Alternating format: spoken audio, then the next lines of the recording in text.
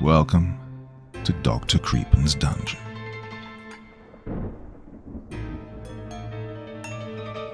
The Vatican, with its centuries-old walls and labyrinthine corridors, it evokes a sense of the eerie through its profound secrecy and immense historical weight. The ancient rituals, secret archives, and tales of power struggles within the cloistered walls feed into the human imagination, painting a picture of hidden truths and unspoken mysteries. The juxtaposition of immense spiritual authority and whispered rumors of intrigue and scandal adds to its enigmatic aura. The blend of the sacred and the secretive, the visible and the veiled, makes the Vatican both fascinating and unsettling, a place where the lines between divine reverence and human conspiracy blur. As we shall see in tonight's 3 tales of terror. Now, as ever, before we begin, a word of caution. Tonight's stories may contain strong language as well as descriptions of violence and horrific imagery. That sounds like your kind of thing. Then let's begin.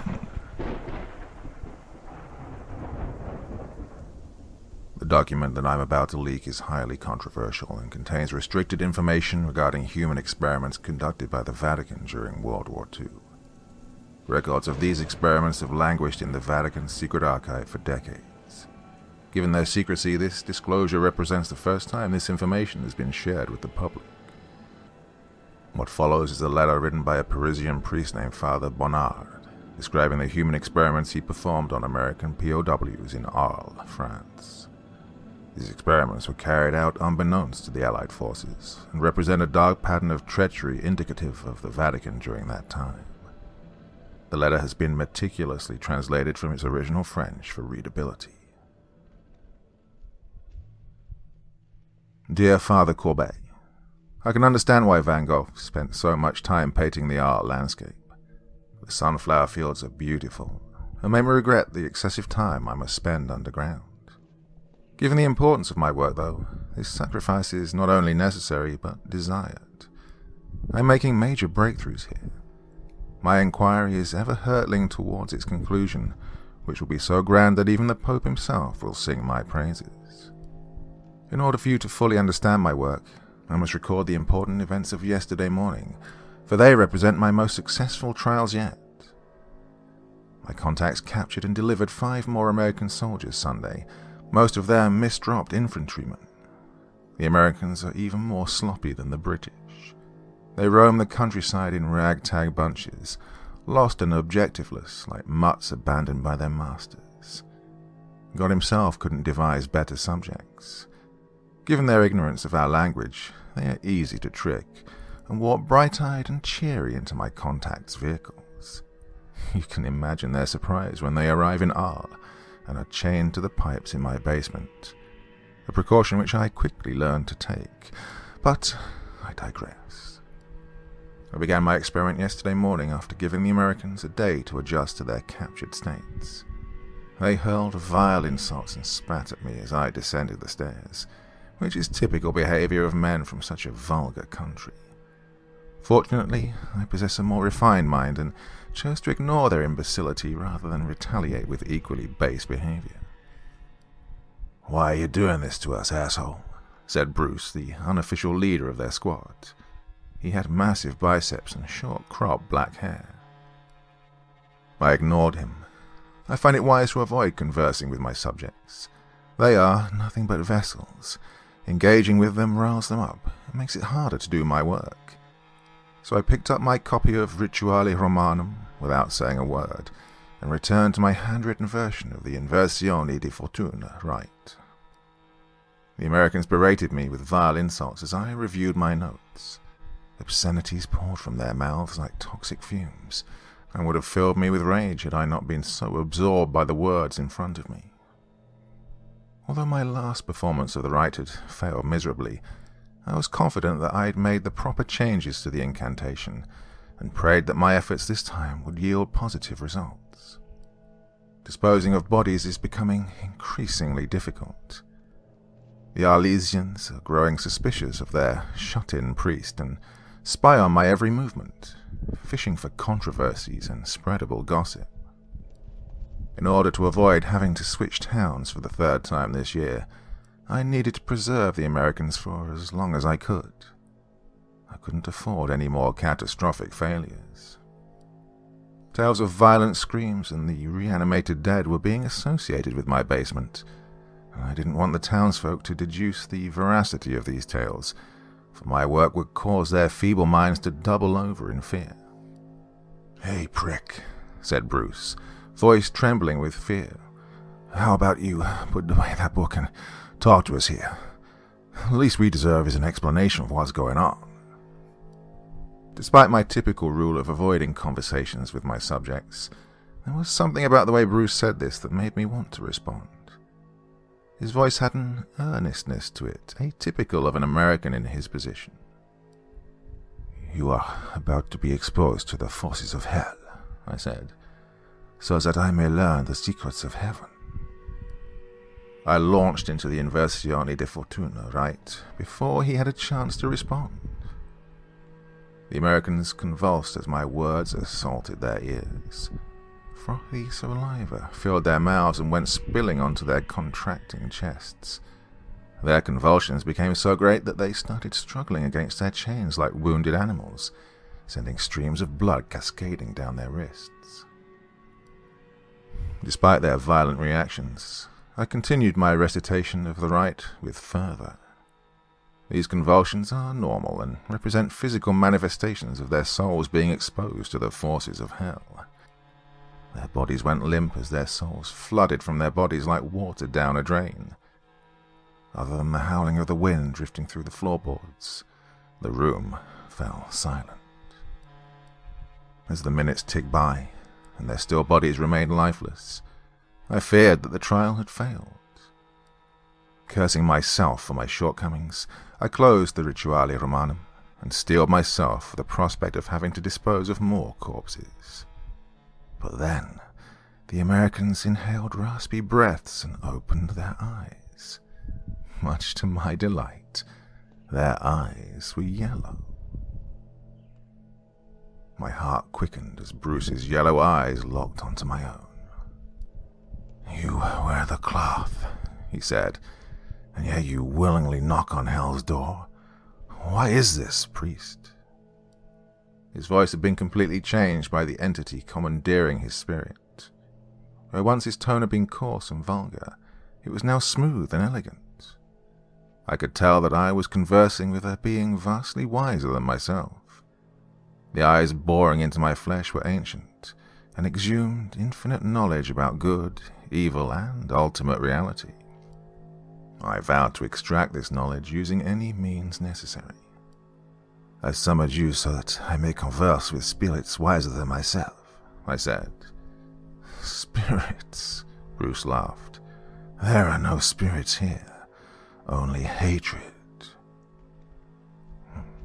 "Your chains are comical," said the soldier to his left.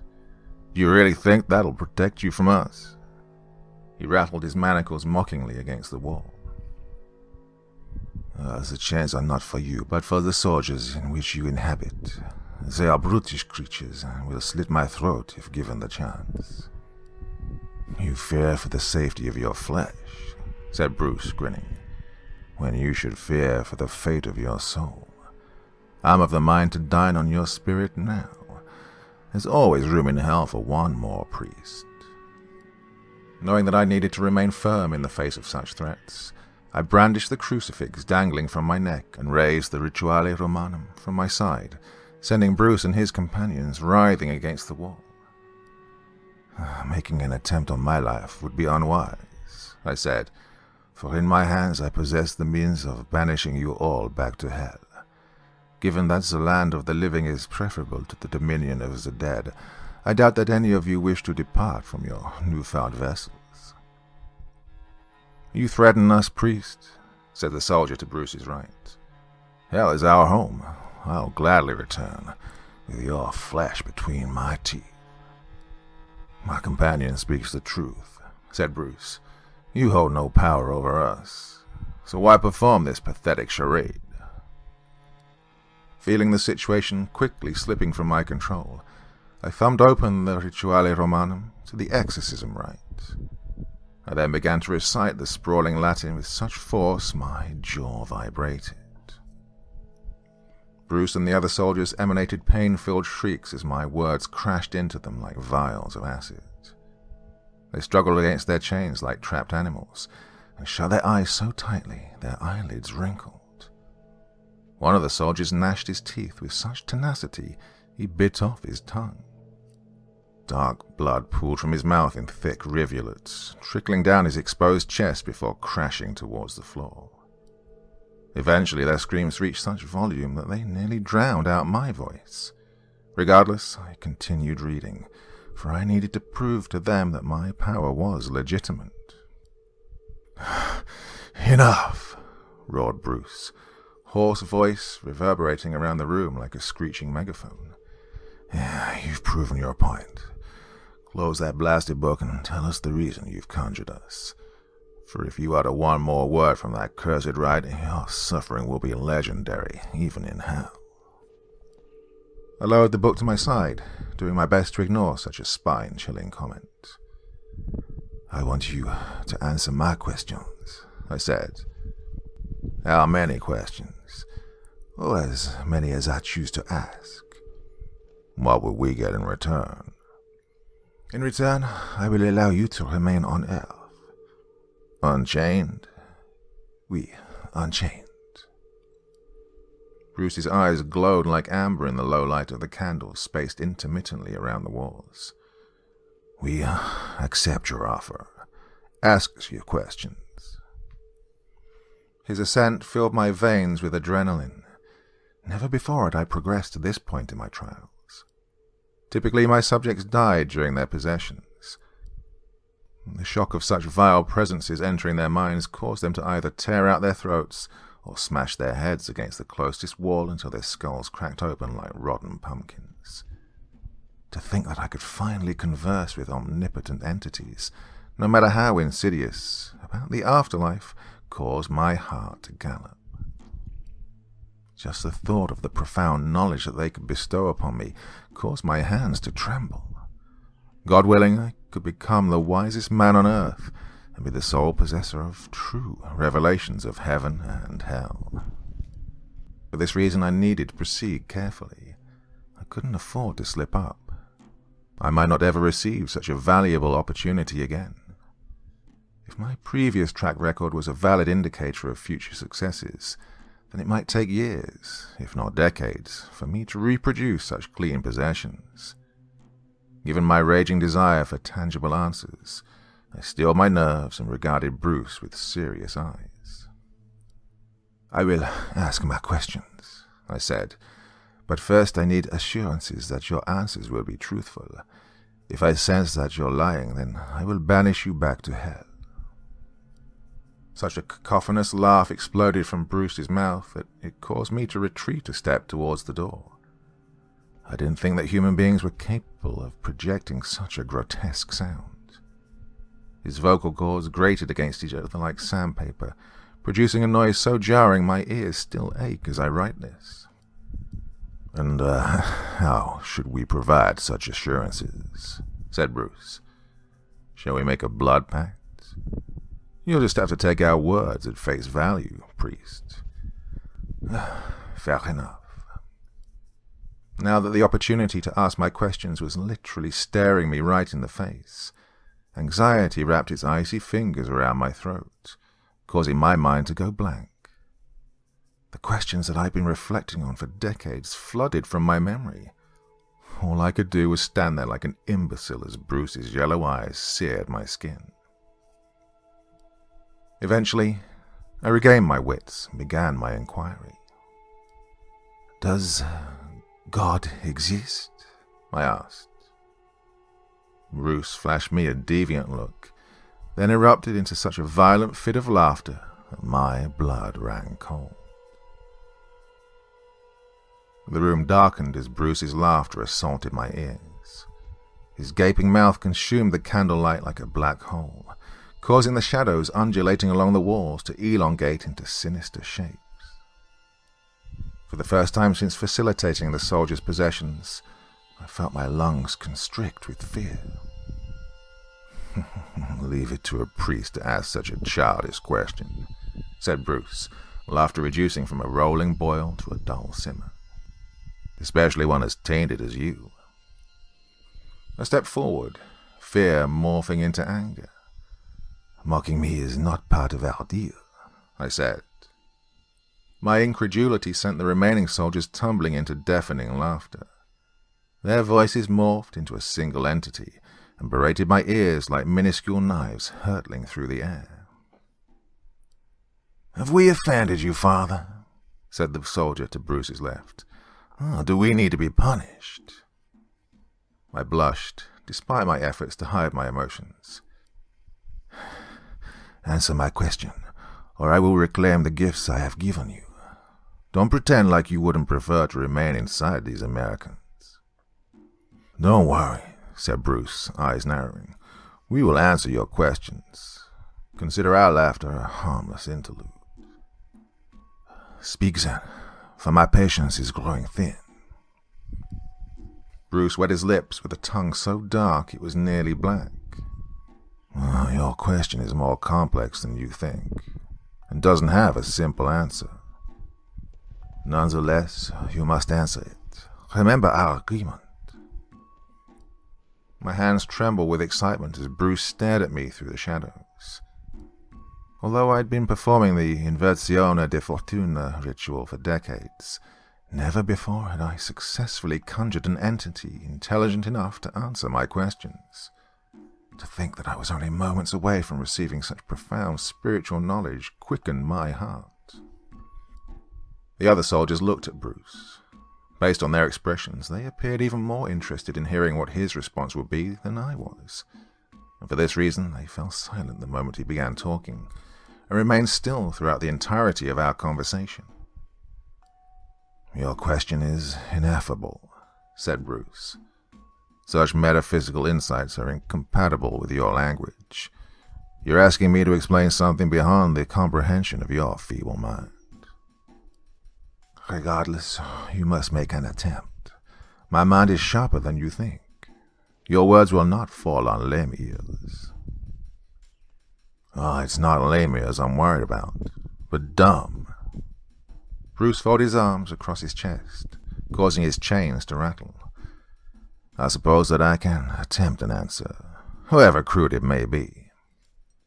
"That's a wise decision. Your continued existence on Earth depends upon your response." Bruce nodded his head. To put it simply, priest, God exists, but not for humanity." "I don't understand." "What is there to misunderstand? God turned his back on your species a long time ago. Like a gambler who's invested too much coin on a single losing hand, he pulled his stock from humanity centuries ago. You are a godless race, and will continue to be so until the last human falls stinking into the earth." "Do you expect me to take your answer at face value? What evidence do you have to prove such a grandiose claim?" Bruce glared at me with eyes so yellow they glowed brighter than the candles. I could tell that he was trying to rattle me, but my resolve held firm. "The proof is all around you, and yet you're too blind to see it. Thousands of innocent lives are snuffed out daily on this continent, but still God refuses to intervene. This is not by accident. His decision to turn a blind eye is intentional, and reflects a malcontent that has been growing for millennia." I hardened my face, doing my best to mask my uneasiness. Our conversation was taking a turn I hadn't expected. I tried to convince myself that Bruce was lying, but then my eyes would snap onto his stolid face, sending all of my doubts about the veracity of his words tumbling down the yellow pits that were his eyes. "God's work is a mystery," I said. "Nobody, including you, can discern why he's allowed so much evil to flourish in this world." "Of course I can," said Bruce. "He allows cruelty to prevail because he was abandoning your people.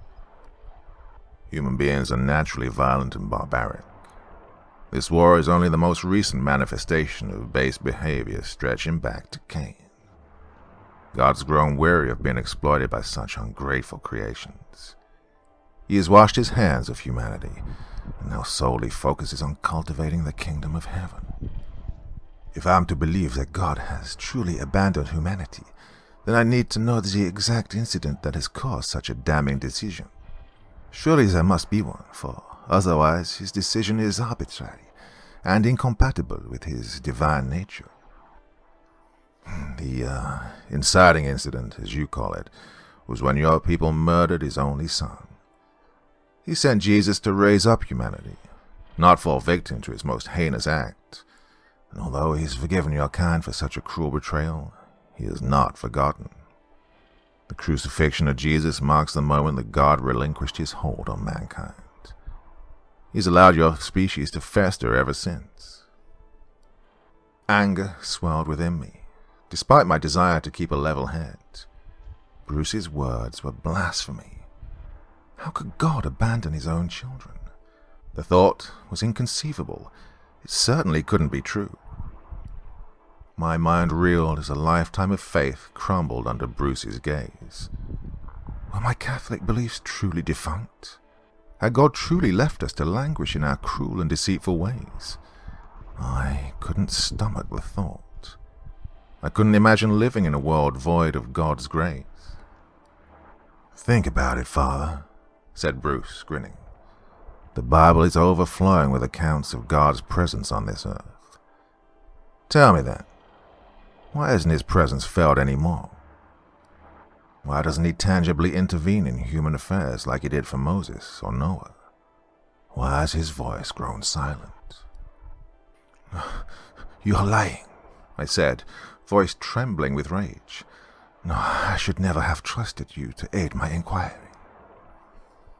Bruce opened his mouth to respond, but his words never reached my ears, for I had already torn open the Rituale Romanum and launched, voice booming, into the exorcism rite. The rattling of chains reverberated throughout the chamber as the soldiers writhed against the wall. My words crashed into them like tsunami waves and left them gasping for air. Their guttural pants mixed with the efficacious words of the exorcism rite, filling the room with rebounding echoes that raised my ears like cannon blasts. Their eyes widened as their limbs contorted into unnatural angles. Blood exploded from their wrists as they yanked against their cuffs, sending crimson streaks pouring down their hands. Bruce managed to lock his eyes onto mine, despite the spasms shooting down his neck like shockwaves. "Our agreement is now broken," he said, voice hoarse. "Your soul will forever languish in the deepest pits of hell." I ignored this threat and continued the exorcism. Latin spewed from my mouth in chaotic streams, forcing the soldiers against the wall like trapped animals. Their yellow eyes quivered with fear as I took a step forward, Rituale Romanum stretched out in front of me like a bloodthirsty hound. The soldiers doubled over in pain as my voice swelled. Never before had my voice felt so strong. My vocal cords vibrated with such power that, for a moment, I feared they might explode through my neck. Fortunately, they held true. Perfect Latin continued leaping from my mouth like paratroopers hurtling towards their targets. Although the intensity of my words persisted, Bruce straightened. It was as if an invisible barrier was being erected around him, weakening the effect of the exorcism. He grinned as he unfurled his arms, which had been tightly wrapped around his body, and regarded me with a look of such disdain I nearly stumbled over my words. "The truth is painful, isn't it, priest?" said Bruce. "Your faith is decaying. I can sense it." The bodies of two of the soldiers went limp. Unlike previous exorcisms I'd performed, they did not regain consciousness, but instead slumped lifelessly to the floor like overfilled rag dolls. "Their souls have been consumed," said Bruce, tracking my eyes. "Hell is their home now." "As it will be yours once more," I said. "You don't frighten me, Legion. God has complete power over you, and I am his vessel." "You are no more God's vessel than I am. Your father has abandoned you along with the rest of your kind. Christianity is nothing but a hollow shell. Given how close this shell is to cracking, corrupt priests like yourself were the first to succumb to society's rage. Be silent. Your words fall on deaf ears. My will is stronger than you make it out to be. I will not so easily fall into despair. My voice echoed off the walls like a cracking whip as I continued the exorcism.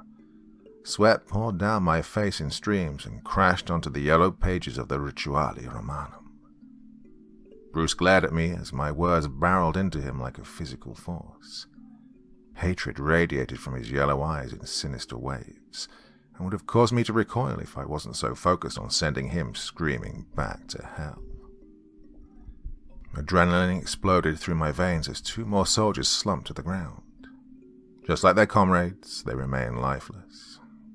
The sight of their blackened tongues spilling over their pale lips like slices of rotten meat filled me with disgust. "How unfortunate," said Bruce. "They're weaker than I thought. Your kind is always weak when faced with God's wrath." Bruce laughed. "Yeah, your piety is amusing. You act as if your soul isn't tainted beyond repair.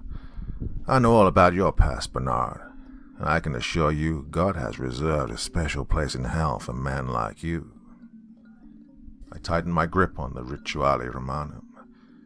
"You lie," I said. "Everything I have done has stemmed from my desire for wisdom. My inquiry has grown me closer to God, not driven me from His grace." The only grace you have received is the continued permission to draw breath. Your life is unnatural, priest. Your very existence blasphemes God's commandments. It is you that blasphemes God. Did you think that I would honestly believe your tale? The notion that God would abandon His children is ludicrous. Although humanity is far from perfect, we are still made in God's image. Just like any good shepherd, God will never abandon His flock, no matter how wayward they become. Not only has God abandoned His flock, but He has willingly thrown them to the wolves. Hell awaits every soul that draws breath, from the kindest woman to the weakest child. The gates of heaven are permanently closed to your kind. You can attack my faith all you want. My piety is unshakable and is built on a stable foundation of wisdom and reverence. If God cared enough about you to listen to your words, His thunderous laughter would overpower even my own. It's going to take words much more persuasive than that to tell me from my faith. Fair enough. It's just you and I now, but not for long. When my companion arrives, you will understand the perilous situation you've wrought upon yourself. What companion? Bruce grinned. He's known by many names. Currently, he goes by Claudius. I took a step forward, brandishing my crucifix. The close proximity of the holy relic burned Bruce's skin and sent him careening back towards the wall. "You're lying," I said. "You would never reveal your plans to me, and besides, even if this Claudius is coming, I will have already cast your soul back to hell by the time he arrives." The trapdoor of the basement flew open and crashed against the hardwood floor. "You sure about that, Father?" I turned my head just in time to see a boy no older than 14 descend the ladder. His yellow eyes were filled with so much malice my throat seized. So hypnotic were his eyes that a desolate numbness overtook my body, causing the Rituale Romanum to tumble from my hands and crash to the floor. The thumping sound of the Rituale Romanum emanated as it struck the ground, jolting me back to reality. "Who are you?" I said, tearing the gaze from the boy's hypnotic eyes. "What is your purpose here?" "I can ask you the same thing, priest," said the boy. His voice was ageless and slithered through the air with unnatural volume. "He wishes to learn the secrets of the afterlife," said Bruce. and like Faustus, has conjured forces far greater than he can control. Ah, is that so? The boy strode across the chamber and paused in front of Bruce. The moment he noticed the chains binding him to the wall, he grinned. Ah, this is quite the spectacle. He wrapped his hands around the chains and tore them from the wall. The ease with which he did this shocked me. It was as if he possessed the strength of 20 men. I coughed as dust cascaded from the ruined wall and filled the chamber. You're free now, said the boy. Always remember who it was that freed you. Repaying your debt will be an arduous process, but one that will reward you greatly. Bruce kneeled in front of the boy and bowed his head. Yes, master, he said. Your will is my command. The sight of Bruce supplicating himself in front of this strange child filled me with dread. What hidden powers must the boy possess to command such respect from an omnipotent entity? For the first time that morning, I felt the situation slipping from my control. Now that Bruce was free, there was nothing stopping him from tearing out my throat, or beating my head against the wall until my skull caved in. My body and soul were at his disposal. He could do anything to me that he wanted. I shuddered to think of what vile tortures his devious mind could concoct. This thought caused my heart rate to triple. Regardless, I remained outwardly calm. Succumbing to fear would only hasten my demise. If I wanted to escape the situation with my life, then I needed to funnel my energy into developing a plan. As I stood there staring at the insidious entities before me, a thick fog blanketed my mind and consumed my ideas with icy tendrils. I felt like a helpless child. I could no more combat the evilness lurking before me than I could summon God to do my bidding. They were just too powerful, and surpassed my skill as an exorcist. Well, the boy must have been able to sense my terror, for he flashed me such an amused and sinister look that my hand started trembling. "What's the matter, priest?" said the boy, yellow eyes stroking my flesh like over-sharpened knives. "Isn't this what you wanted? It's your desire for wisdom that brought us here. Aren't you glad to see us?" The boy's mocking tone sent Bruce erupting into a violent fit of laughter. "Still reeling from our discussion, are you?" he said. "That's what's wrong with priests. They shrink away from reality like a hand approaching an inferno. All of you have your own agendas. Your inquiry is a facade, a vain attempt to mask your true desire, gaining power over others." I stared down at my feet. "How will you respond, Bernard? Is this not your true aim?" I stepped backwards as Bruce and the boy walked towards me on shadow-covered feet. "You will not intimidate me into discourse," I said. "I still don't even know who you are." "Oh, I'm known by many names. In your language, I'm known as Claudius." I turned the name over in my mind. I'd heard terrible tales of a Claudius wreaking havoc in Paris, but had never confirmed the veracity of these tales.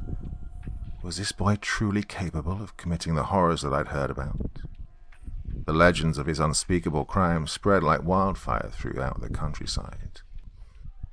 Before yesterday, I thought these legends to be nothing but fiction, but after seeing the boy with my own eyes, I'm no longer sure.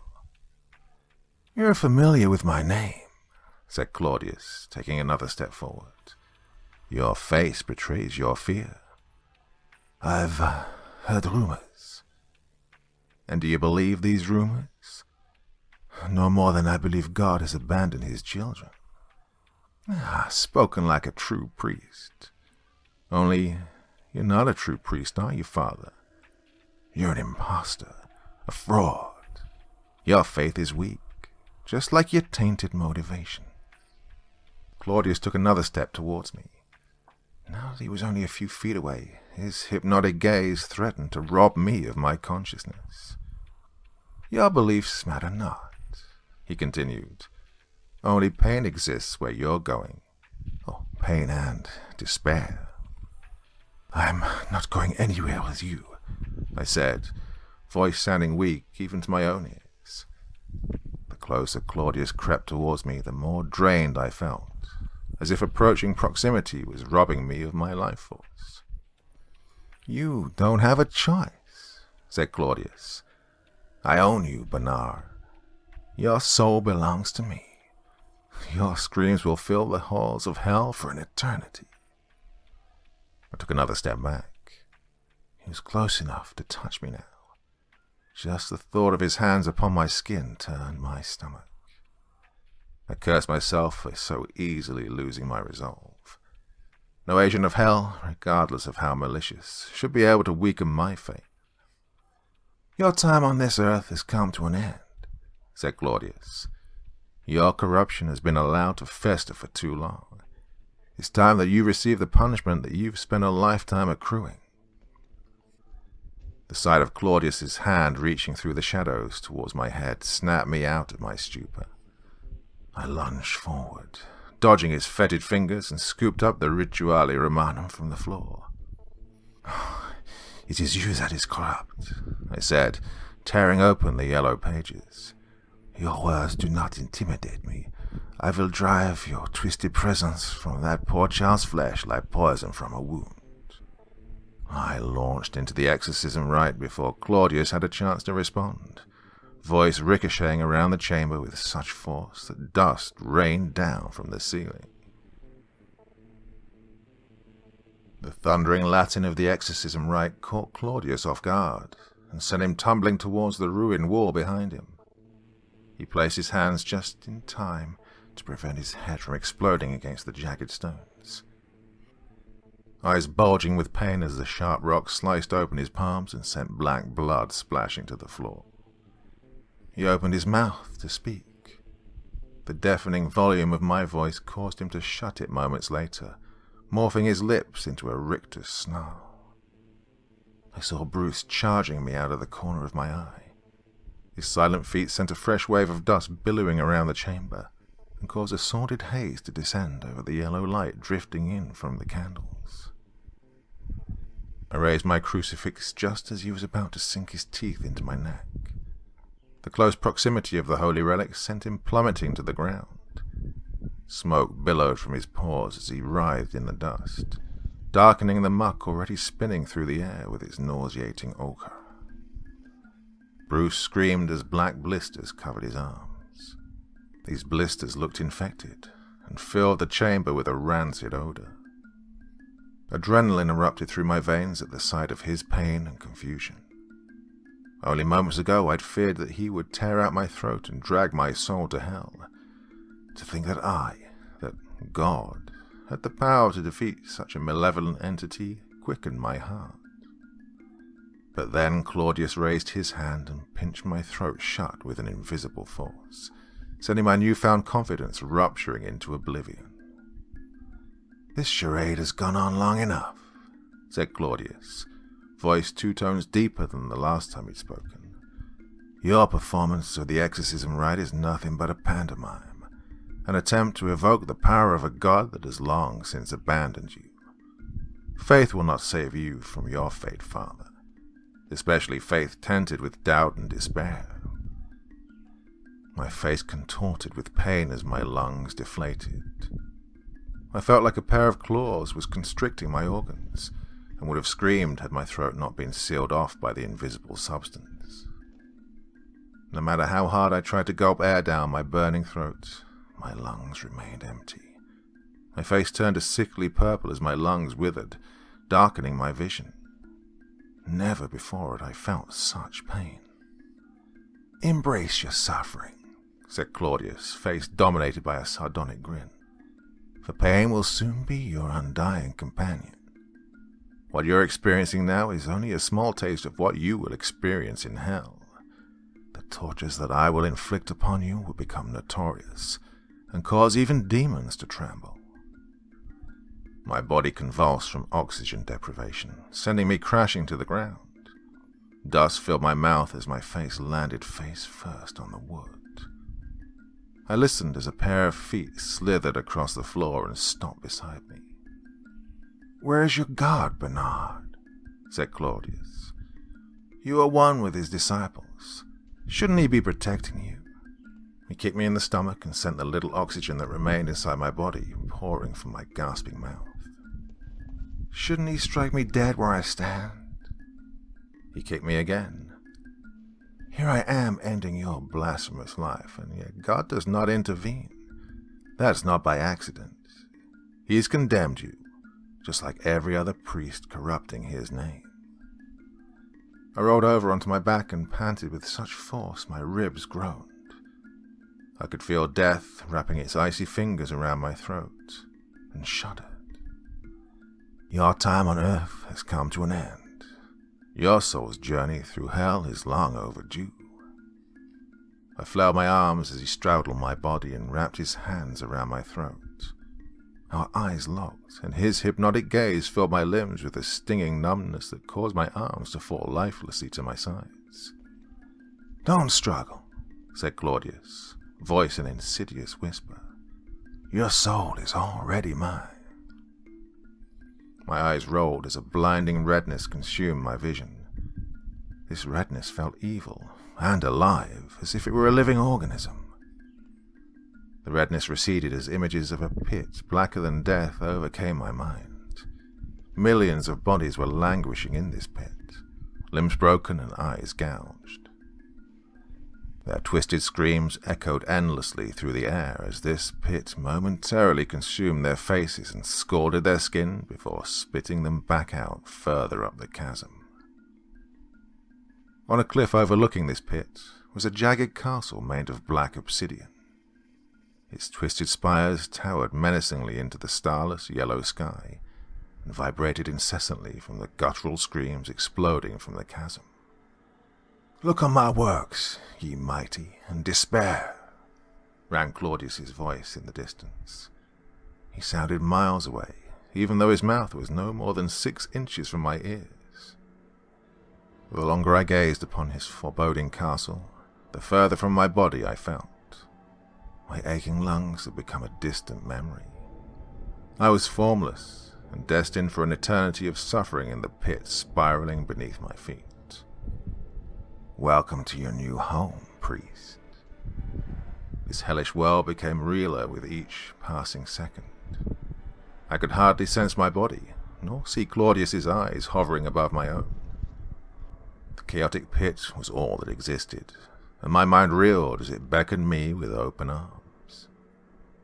As my spirit continued to fade from my body, I offered up a desperate prayer to God to save me from such unbearable torture. It was while midway through my prayer that I remembered the cross dangling from my neck. Feeling my courage return, I summoned what remained of my strength and threw my right arm towards my collar. I smiled as cool metal greeted my hand. I tightened my fingers around the cross, tore it from my neck, and stabbed it into Claudius's eye. He let out such a violent shriek of pain that my eardrums burst. I hardly noticed this wound, though, for I was too busy filling my lungs with air as my soul ascended from the pit's precipice and re-entered my body.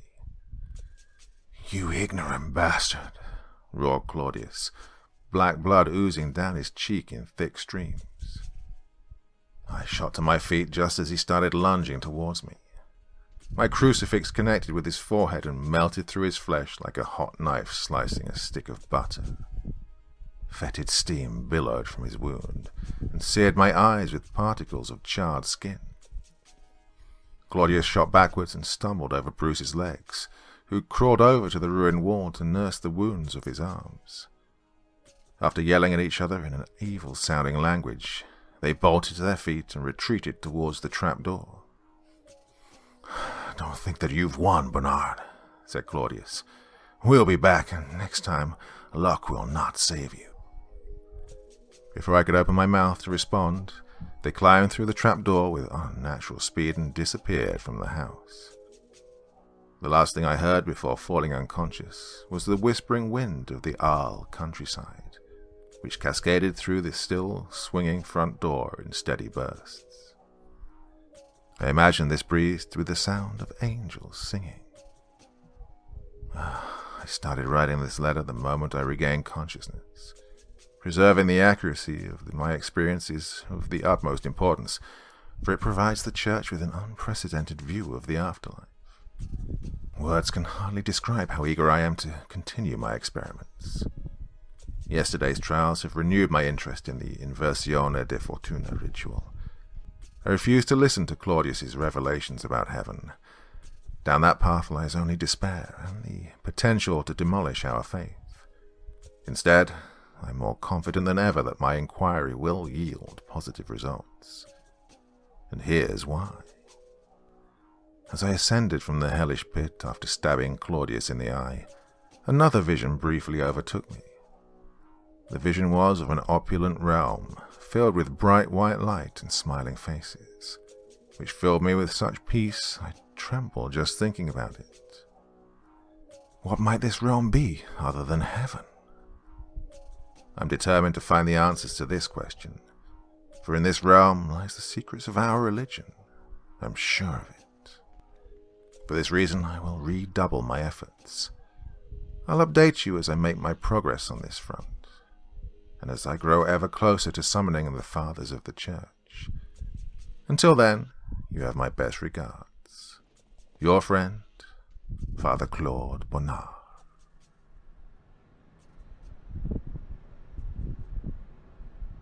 Despite all of your advice, I am still being hunted. I wasn't in my new hotel room for more than a few hours before the Church found me. 2 burly men came pounding on my door in the middle of the night, threatening to kill me if I didn't turn over the laptop. Luckily, the window behind my bed was unlocked, and I was able to escape into a nearby alleyway just before they came barreling through the door. Thank God their attempt to apprehend me was so sloppy. If they would have pounced on me in the hall or snuck up on me next time I'd entered the parking lot, I'm sure I would have been overpowered. I doubt I'll be so lucky next time, though. Well, although these men were amateur in their approach, I cannot expect my next assailants to be so haphazard. I need to be a lot more careful, or the archive will never reach the public's eyes. How is the Church locating me so easily? I ditched my phone, only using cash, and stored all of the archival data on an external hard drive to avoid using the laptop, just like you all recommended. Do you suppose that the simple act of possessing the laptop might be leading the Church to me? Is it possible that there's some hidden tracking device on it? I'll be honest, I'm not an expert when it comes to these matters. I'm relying on all of your expertise to help me through this dangerous time. Without your help, I doubt I would have made it this far. A fact I'm truly grateful for. Hopefully, I'll find shelter soon. As it stands, I'm taking shelter in a local library so I can post this undetected. I'll be in touch. The document that I'm about to leak contains sensitive information regarding extraterrestrials. It has languished in the Vatican secret archive for 100 years, and was written by an American priest named Father Jonathan Brown. This document represents the final record of Father Brown's life. He disappeared without a trace shortly after its completion. March 1st. I've been having the same strange dream recently. I'm laying face down on a metal table, paralyzed and on the verge of suffocating. On the floor around me I can see strange shadows undulating like snakes. These shadows are fluid and form incomprehensible shapes impossible to describe. Although my body is numb, as if it's been given a sedative, I can feel the faint impression of something sharp digging into my back. However, I always awake before I can determine the origin of this sensation. March 2nd. Jeremiah Cotterill, a farmer who lives at the edge of the county and is well respected throughout the parish, visited me today. I told him about the dreadful dream I've been having. Much to my surprise, he complained of experiencing this same dream. And so, I had him lift his shirt. Dark blue lines spanned the entirety of his back. March 4th. My congregation was in an uproar today, preventing me from conducting Mass. All everyone could talk about was the dream spreading like wildfire through the parish, and the strange markings lining our backs. I tried my best to calm everyone down. However, my voice was drowned out by panicked cries and exasperated voices.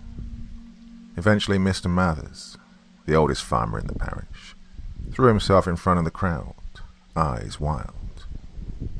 "This has happened to our community before," he said, voice trembling with emotion. "When I was a boy, only 30 of us lived in these parts at the time, but all of us experienced the same dream every night for 2 weeks. This dream was similar to the one we're discussing now, but with one exception. None of us woke up with markings on our backs." "What do the markings mean?" asked Mrs. Dempsey, a schoolteacher. "Are they dangerous?" "Only God can say. All I know is the last time this happened, half the parish disappeared." "Why haven't you told anyone this?" said Mr. Pitts, the butcher. "Why aren't there any records of such a terrible tragedy?" "I don't know," said Mr. Mathers. "I've only just remembered. I feel like a fog is lifting from my mind, as if I spent the past 60 years wandering around in a stupor." March 6th. Mr. Pitt's son, Michael, was murdered yesterday. The parish is torn apart by his death. Michael was a good boy and was doted upon by everyone in the community. He didn't deserve to die, especially in such a sadistic way. Michael's body was found 2 miles outside of town, pinned to a sprawling oak tree by 4 knives. Dry blood covered his body, making him look phosphorescent in the dusk. His eyes were still open. March 7th. Mr. Mathers was arrested today for murdering Michael. He confessed to the crime himself through a letter he hand-delivered to the constable and is now being held in a local jail. This letter is harrowing. I cannot sleep, for his words ring through my head like shotgun blasts. Here's the letter. "I'm sure all of you are wondering why I killed our dear Michael. I can assure you that I didn't come to this decision lightly, but only after much prayer and deliberation. The parish is in dire peril. It's only through difficult decisions such as the one I've just made that we will survive the spring. In short, please don't judge me until you hear my tale.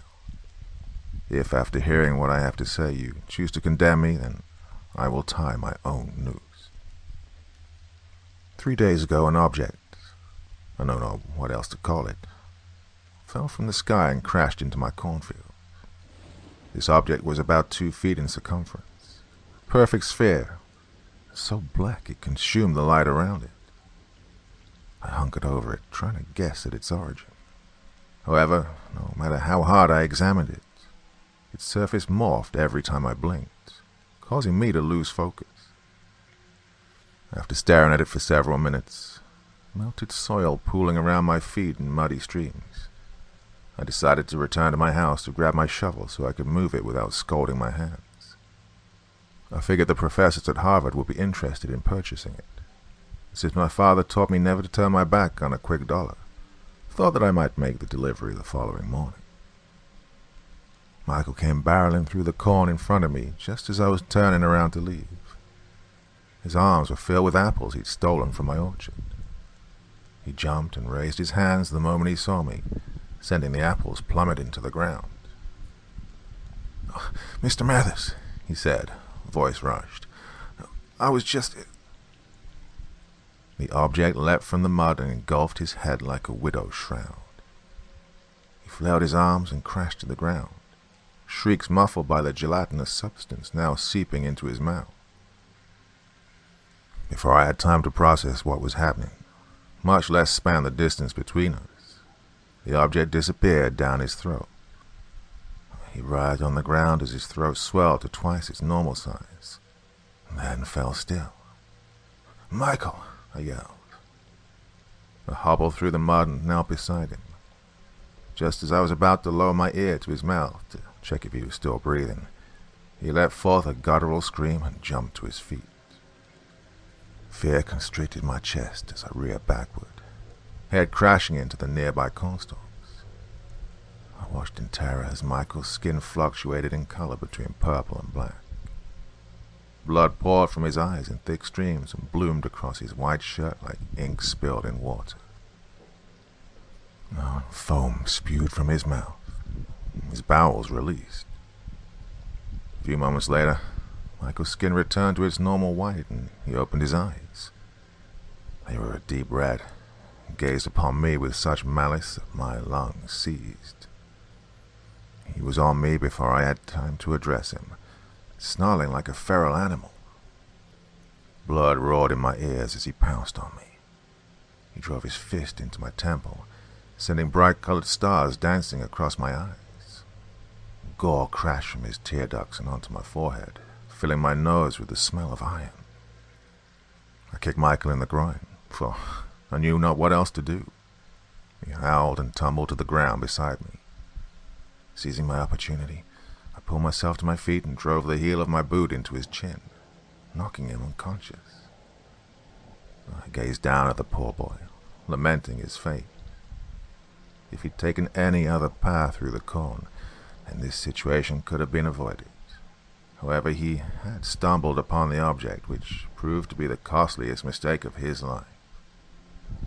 Knowing that it was too dangerous to bring Michael into town, I wrapped my arms around his chest and began to drag him through the corn towards my house. As you all know, I'm an amateur taxidermist, so I have a basic knowledge of anatomy. Well, I vowed to extract the creature tainting Michael's body using any means necessary. I placed Michael on the table next to my taxidermy tools. His shallow breathing echoed throughout the house like a stalling motor, sending chills rippling down my back. Congealed blood lined his eyelids, and vomit covered his chest. I flipped him onto his back to examine the markings etched into his flesh. Much to my surprise, they'd morphed from static blue to a pulsating red. They looked alive, as if they'd grown lungs and were sucking in air with glutinous fervor. I thought of the gelatinous substance lurking inside his body and shivered. After staring down at Michael's frail frame for several minutes, straining to develop a plan, I decided to first locate where the vile substance had taken final residence inside his body. Had it ventured all the way to his stomach, or was it still lurking in the back of his throat, waiting to develop the viscosity to slide down his esophagus? I wasn't sure, and would only find the answer to this pressing question through careful experimentation. So I rolled up my sleeves, placed on my gloves, and selected the finest knife in my arsenal. I wrapped my fingers carefully around the blade and prodded Michael's throat with the hilt.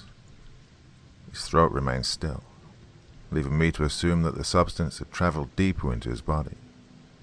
The thought of that pulsating blackness undulating through his stomach acid or chest cavity made my temples throb. After taking a deep breath to calm my roaring heart, I poked Michael's chest. Other than the gentle rising and falling of his sternum, his flesh remained static. If I hadn't witnessed his gruesome transformation in the cornfield, I would have thought him to be asleep.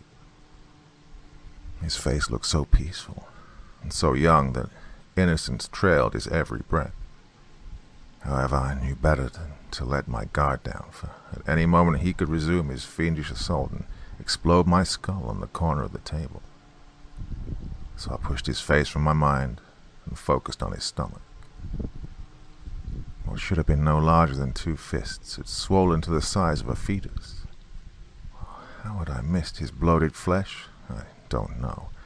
Regardless, it became obvious to me where the substance now resided, so I straightened my gloves and lowered my knife. Just as I was about to cut a small incision above his belly button, Michael opened his eyes and shot up from the table. The speed with which his feet struck the ground sent me careening towards the door. He regarded me with contemptuous eyes that burned red with blood. "I'm here to help you, Michael," I said. My voice came out surprisingly strong, given the fear coursing through my veins. You've been in an accident." Michael shifted his body toward the door, exposing his back. The line spanning his skin had widened, exposing his sordid flesh. "Can you hear me?" "I can hear you," said Michael. His voice was unnaturally deep, as if he'd aged 40 years. "But I won't be able to for much longer." Before I had an opportunity to ask him what he meant, he bolted from the house on silent feet and disappeared into the murky dusk. Well, despite my fatigue, I pursued him with vigor. For all I knew, Michael's affliction was contagious and could spread to others should he reach the town. Despite knowing now that this is not the case, at the time I was ignorant of the true nature of the substance controlling his body, and vowed to recapture him using any means necessary. Now that I am aware of the horrors this substance can commit, I wish I would have killed him sooner. By doing so, I might have prevented what happened next. However, this is only conjecture. The poor boy's fate might have been sealed the moment the substance cleared his lips. If this is the case, then God have mercy on his soul, and on us all. I overtook Michael in a clearing dominated by a single, sprawling oak tree. I tackled him to the ground, driving the oxygen from his lungs. "Stop struggling," I said. "You're not yourself, but I can help you." Michael howled like a wounded animal. Blood poured from his eyes in thick streams, coating the surrounding grass. "Please, calm down. You're starting to—" He punched me in the stomach. The air flooded from my lungs as I collapsed to the ground. I screamed as he jumped on top of me and inched his teeth toward my jugular. His fetid breath crashed into my nose, causing me to gag and nearly release my grip on his shoulders. Fearing that my strength might cave at any moment, I pulled a knife from my waistband and drove it into his arm, pinning him to the nearby oak tree. He shrieked in pain, but to my surprise, not a single drop of blood spilled from his lacerated skin. It was as if his veins were completely empty, and the blood pouring from his eyes was materializing from the misty air. Michael tried to pull the knife from his arm. However, the blade had cleared the trunk all the way to the hilt, preventing him from working it free. "Listen to me," I said, crouching by his feet. "You're sick, but if you can hear me, please calm down. I don't want to hurt you, Michael. I want to help you." He placed his chin on his collarbone. "I can feel it moving inside me," he said, voice normal for the first time in hours. "Leave me here. I'm too dangerous to walk free." "No, don't say that. I can't help you." Just as Michael was opening his mouth to respond, a spasm passed through his body so intense I could see his muscles cramping beneath his skin. He arched his body toward the starless sky, and screamed as his back split open, revealing a creature so grotesque it stole the air from my lungs. I watched in terror as this creature scrambled from his back and beelined across the clearing towards the town. And for this reason, I'm writing this letter, to warn all of you about the horrors to come. This creature may be in town now, waiting for the perfect moment to claim its next victim. Only by banding together will we survive this nightmare. John Mathers. March 8th. Word of Mr. Mathers' letter has circulated through town, stirring panic and confusion. Normally such outlandish words would be decried for lunacy. However, given the markings spanning our backs, his claims seem not only possible, but probable. Regardless, the police chief has decided to keep Mr. Mathers under lock and key. His imprisonment is part punishment for slaying the boy and part protection from the hysteria his letter is causing. In other words, the townsfolk would swarm the old man the moment he exited his jail cell. Some to ask questions, some to condemn his crime, and others to blame him for their afflictions. As for myself, I don't know what to think of the old dog's letter. Only time will tell if such a horrid creature as he describes is lurking in our midst. I pray that this knowledge doesn't come too late. March 9th. Matilda Wainwright and Jeremiah Smith were found dead on their farms this morning by their families. Their backs were split open, just like Michael's. You can imagine the stir that this is causing in the community. The sense of dread rippling throughout the countryside is incapacitating. All everyone can talk about are the horrid creatures rumored to be gathering in the forest, and the dreadful marks encircling their backs. Regarding these rumors, I personally believe them to be false. God would never allow such abominations to wreak havoc on our land.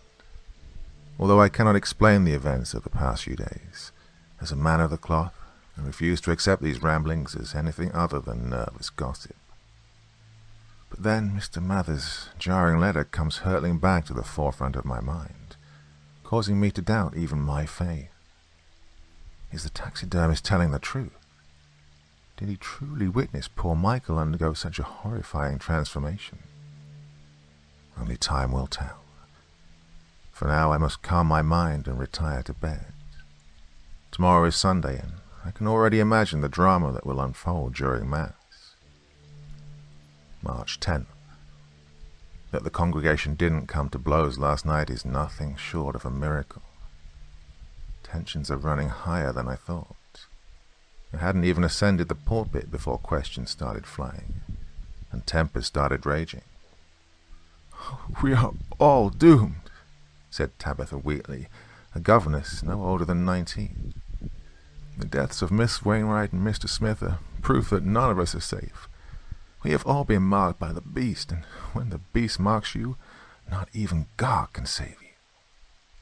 Her alarming words sent murmurs rippling through the pews. "Blasphemy," said Mr. Pitt. He appeared to have already aged 10 years, even though Michael's death had only been 4 days ago. "My son was pure and in God's good grace. How dare you accuse him of being marked by the beast, or of any of us for that matter? We're a God-fearing town, have been for decades." The men around him beat their fists against the pews in agreement. "We have matters more urgent to deal with right now than guessing our affliction's origin," said Mr. Cotterill. "There are strange creatures lurking in the forest as we speak, skin soaked with the blood of our loved ones. Whether they possess the minds of beasts or men is up for debate, but regardless, we know they are dangerous. We need to locate and destroy them before their ranks swell." "Has anyone actually seen these creatures?" said David Lincoln, another farmer. "'Cause I sure as hell haven't, and I've been looking harder than anyone." "I seen 'em," said Mrs. Blake, an old maid pushing 80. "From my porch. They 6 feet long and slither across the ground like snakes." "Oh, quit lying. Everyone knows you got too many screws loose to be trusted as an eyewitness." "I knows what I seen, and no one can take that away from me, not even you." She stood up on unsteady legs and addressed the congregation. "This town's no longer safe. I can hear these creatures slaughtering deer every night from my room. It's not long before they venture out of the forest, mark my words." "Who cares what may or may not be in the forest?" said Tabitha. "What about the creatures inside our backs? That's where they're coming from, right?" "Not necessarily," said Mr. Pitt. "Mr. Mather said in his letter that a substance slid down Michael's throat before the creature exploded from his back. Now, this can't be a coincidence. Unless we've all had similar encounters, we should be safe." "Yeah, but for how long? For all we know, a similar substance can travel down our throats while we sleep, or attack us randomly like Michael. Like I said, this town is no longer safe. We should flee here while we still have the chance." "What, and abandon our farms?" said Mr. Lincoln. "My granddad would roll in his grave. I was born on my land, and God willing, I'll die there too." The farmers sitting around him clapped their hands and slapped his back. Fearing that the situation would soon slip from my control, I banged my fist on the podium. Luckily, the congregation fell silent.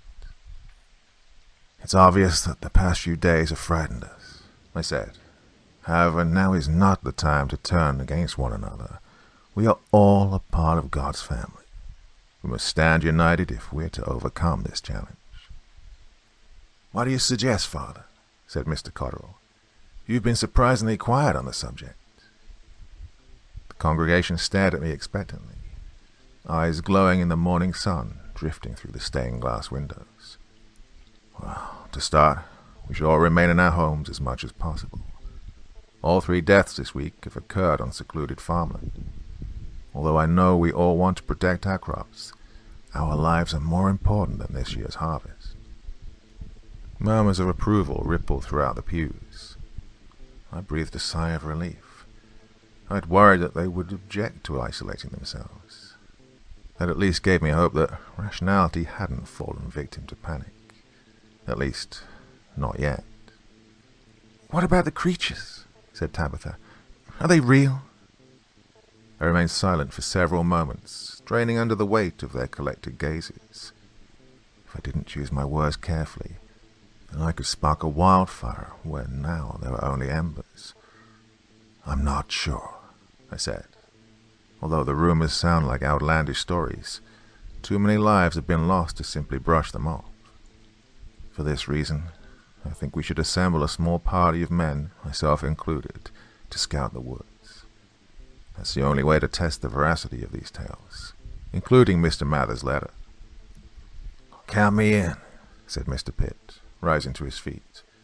"I'm the best shot within 100 miles. If these creatures truly exist, then I'll put a bullet between their eyes." "I'll go too," said Mr. Lincoln. "You won't find me cowering in my bed while these bloodsuckers pick us off one by one. No, sir. I'd rather put my shotgun to use." The congregation exploded with cheers. Even I couldn't help but smile at Mr. Lincoln's courage. But just as I was about to raise my hands to quiet everyone down, the mayor, a hulk of a man named Bill Danforth, came bursting into the sanctuary. His sudden appearance shocked everyone into silence. His wife had contracted tuberculosis several weeks ago, preventing him from regularly attending Mass. "Mr. Danforth," I said, "what a wonderful surprise." He ignored me, and instead addressed the congregation with wild eyes. "The cemetery," he said, voice shaky. "It's empty. Every body, 300 by my count, has been dug up."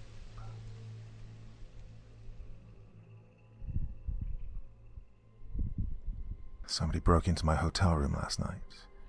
Fortunately, I was out eating dinner, so I'm unharmed. Rest assured the laptop is still in my possession. I have it well hidden. The church will have to step up their game in order to steal it back from me. The documents in the archive are too important for me to give it up without a fight. Given that my hotel room is compromised, I'm scrambling to find a safer location. I'm currently squeezed onto a bus as I type this, praying that I'll arrive at my destination safely. My life is taking a dangerous turn. Never in my wildest dreams would I have imagined that I'd be hunted by such a powerful institution. For this reason, I need all of your advice. What recommendations do you have for traveling undetected? Any thoughts you can give me on navigating the perilous path I've embarked upon? Anything will be much appreciated. If all goes well, my life will calm down enough tomorrow for me to continue my tale. Documents from the archive are coming soon. Thanks to everyone who's following this. Your support means everything to me.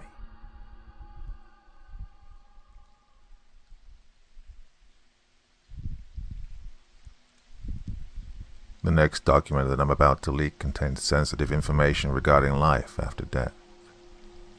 It's written by a suburban dad named Nate Spangler, who hung himself in his basement last year. He died with a smile on his face. My house has fallen into such disrepair that even my counselor is repulsed by it. Piles of junk undulate to the ceiling, which emanate fumes so noxious I have to wear surgical masks just to breathe. However, my basement is empty. Not a single box or trash bag lines its concrete floor. The reason for this is simple. I refuse to go down there. Although my addiction compels me daily to travel down the worn wooden steps, my will to live outweighs this compulsion. The horrors that dwell in its shadowed corners would cause even an exorcist to tremble, and drove my wife from our home years ago. If I wasn't so frightened, I'd set up security cameras along the walls to catch the dreadful phenomena that occurs daily on camera. For maybe then, somebody wiser than myself could explain to me what on the surface seems unexplainable. However, given that my fear prevents me from even venturing near the door, my words will have to suffice. If you have any advice for me, please give it. I'm worried that the sinister forces in my basement are tainting the entire house. Should this happen, I don't know what I'll do. This house is my life. I have too many memories here to abandon it without a fight. However, I don't know how much more fight I have left in me. My wife, Melissa, was the first person to grow weary of the basement. Upon moving into our house, long before my hoarding started, she complained of hearing footsteps during the night. These sounds occurred between 3 and 4 a.m. and prevented her from sleeping. For this reason, she quickly became concerned. "I'm telling you, Nate," she said one morning, "there's something down there." "I believe you," I said. "I've just never heard the noises you're describing. Do you think we have rats?" "Unless these rats wear size 12 shoes, I doubt it. I think there's a person down there. Sometimes when I pass the door, I hear whispering, and other times I hear raspy breathing, as if somebody is moments away from suffocating." I cast my eyes towards the ground, unsure how to respond. She'd made similar complaints of our last home. Eventually her fear grew to the point that I agreed to move. I did this no questions asked, for she was, and still is, the love of my life. However, I was hesitant to jump down that rabbit hole in our current house. We'd only been living there for a few weeks. For the first time since our wedding, I questioned her mental health. "I don't know what to tell you, Melissa," I said, forcing myself to make eye contact with her. "I've been down in that basement dozens of times. There's nothing down there except musty boxes and rusty pipes." Melissa placed her head on my shoulder. "You're right. I'm sure I'm worrying about nothing. This house is beautiful. Let's forget about that smelly old basement." And forget about that basement we did, until one night I awoke to the sound of footsteps drifting under the door. I nudged Melissa awake. "Listen, the footsteps you described are back." We were silent for over a minute, listening to the heavy thumping of walking feet. "What should we do?" asked Melissa. I lowered myself from the bed and put on my shoes. "I'm going to see who's down there. This is unacceptable." "Wait." She pushed off the covers. "I'm going with you. I don't want you to go alone." "Are you sure? If somebody's truly in our basement, they might be dangerous. Bare minimum, they're mentally unstable." "I'm sure. We're a team. Always have been, always will be." We walked into the hallway on silent feet and approached the basement door. The moment I placed my hand on the handle, the footsteps stopped. My heart pounded against my chest wall with such force that my ribs ached. Why had the footsteps stopped so suddenly? Was the intruder aware of our presence? The thought of them hiding in a darkened corner, waiting to pounce on us as we descended the stairs, filled me with dread. Melissa placed a reassuring hand on my elbow and nodded her head. I nodded back and then swung open the door. A wave of darkness assaulted my senses. Other than my shallow breathing, not a sound could be heard in the entire house. I flipped on my flashlight, illuminating a narrow set of worn wooden stairs. I ignored the light switch to my left. Given how busy I was following the move, I hadn't got around to changing the basement's dead light bulbs. For this reason, we were forced to venture into the suffocating darkness with nothing but a dim flashlight to guide our steps. The stairs creaked as we walked. Blood roared in my ears as we reached the final step. I swung my flashlight around the cluttered room. What I saw sent me careening into the wall. A woman was crouched in the corner, forehead pressed against the wall. The sound of my flashlight striking the concrete made her turn around. I stared into her face and screamed when I saw Melissa staring back at me. My scream reverberated off the concrete walls like a gunshot. I turned and looked at my wife, the real Melissa, before staring back into the bloodshot eyes of her doppelganger, for I know not what else to call such a logic-defying entity. "Stephanie?" said Melissa, voice shaky. My blood turned to ice. "You know her?" I said. Melissa ignored me. "What are you doing here? I thought you were dead." Stephanie regarded her with a look of strained recognition. "Hey, sis," she said. Her voice was just above a whisper, but wound through the room with unnatural volume. "I've missed you." A heavy silence descended over the basement. 1,000 questions lined my throat, but I decided to keep my mouth shut. Melissa seemed to be in control of the situation. Best let her take the lead. "Don't be frightened," said Stephanie, taking a step towards us. Her knees wobbled as she walked, as if her bones were broken. "I just wanted to see you." "This is impossible," said Melissa. "You died right out of the womb." "You're right. I did. But then I grew up in hell. And now I've escaped."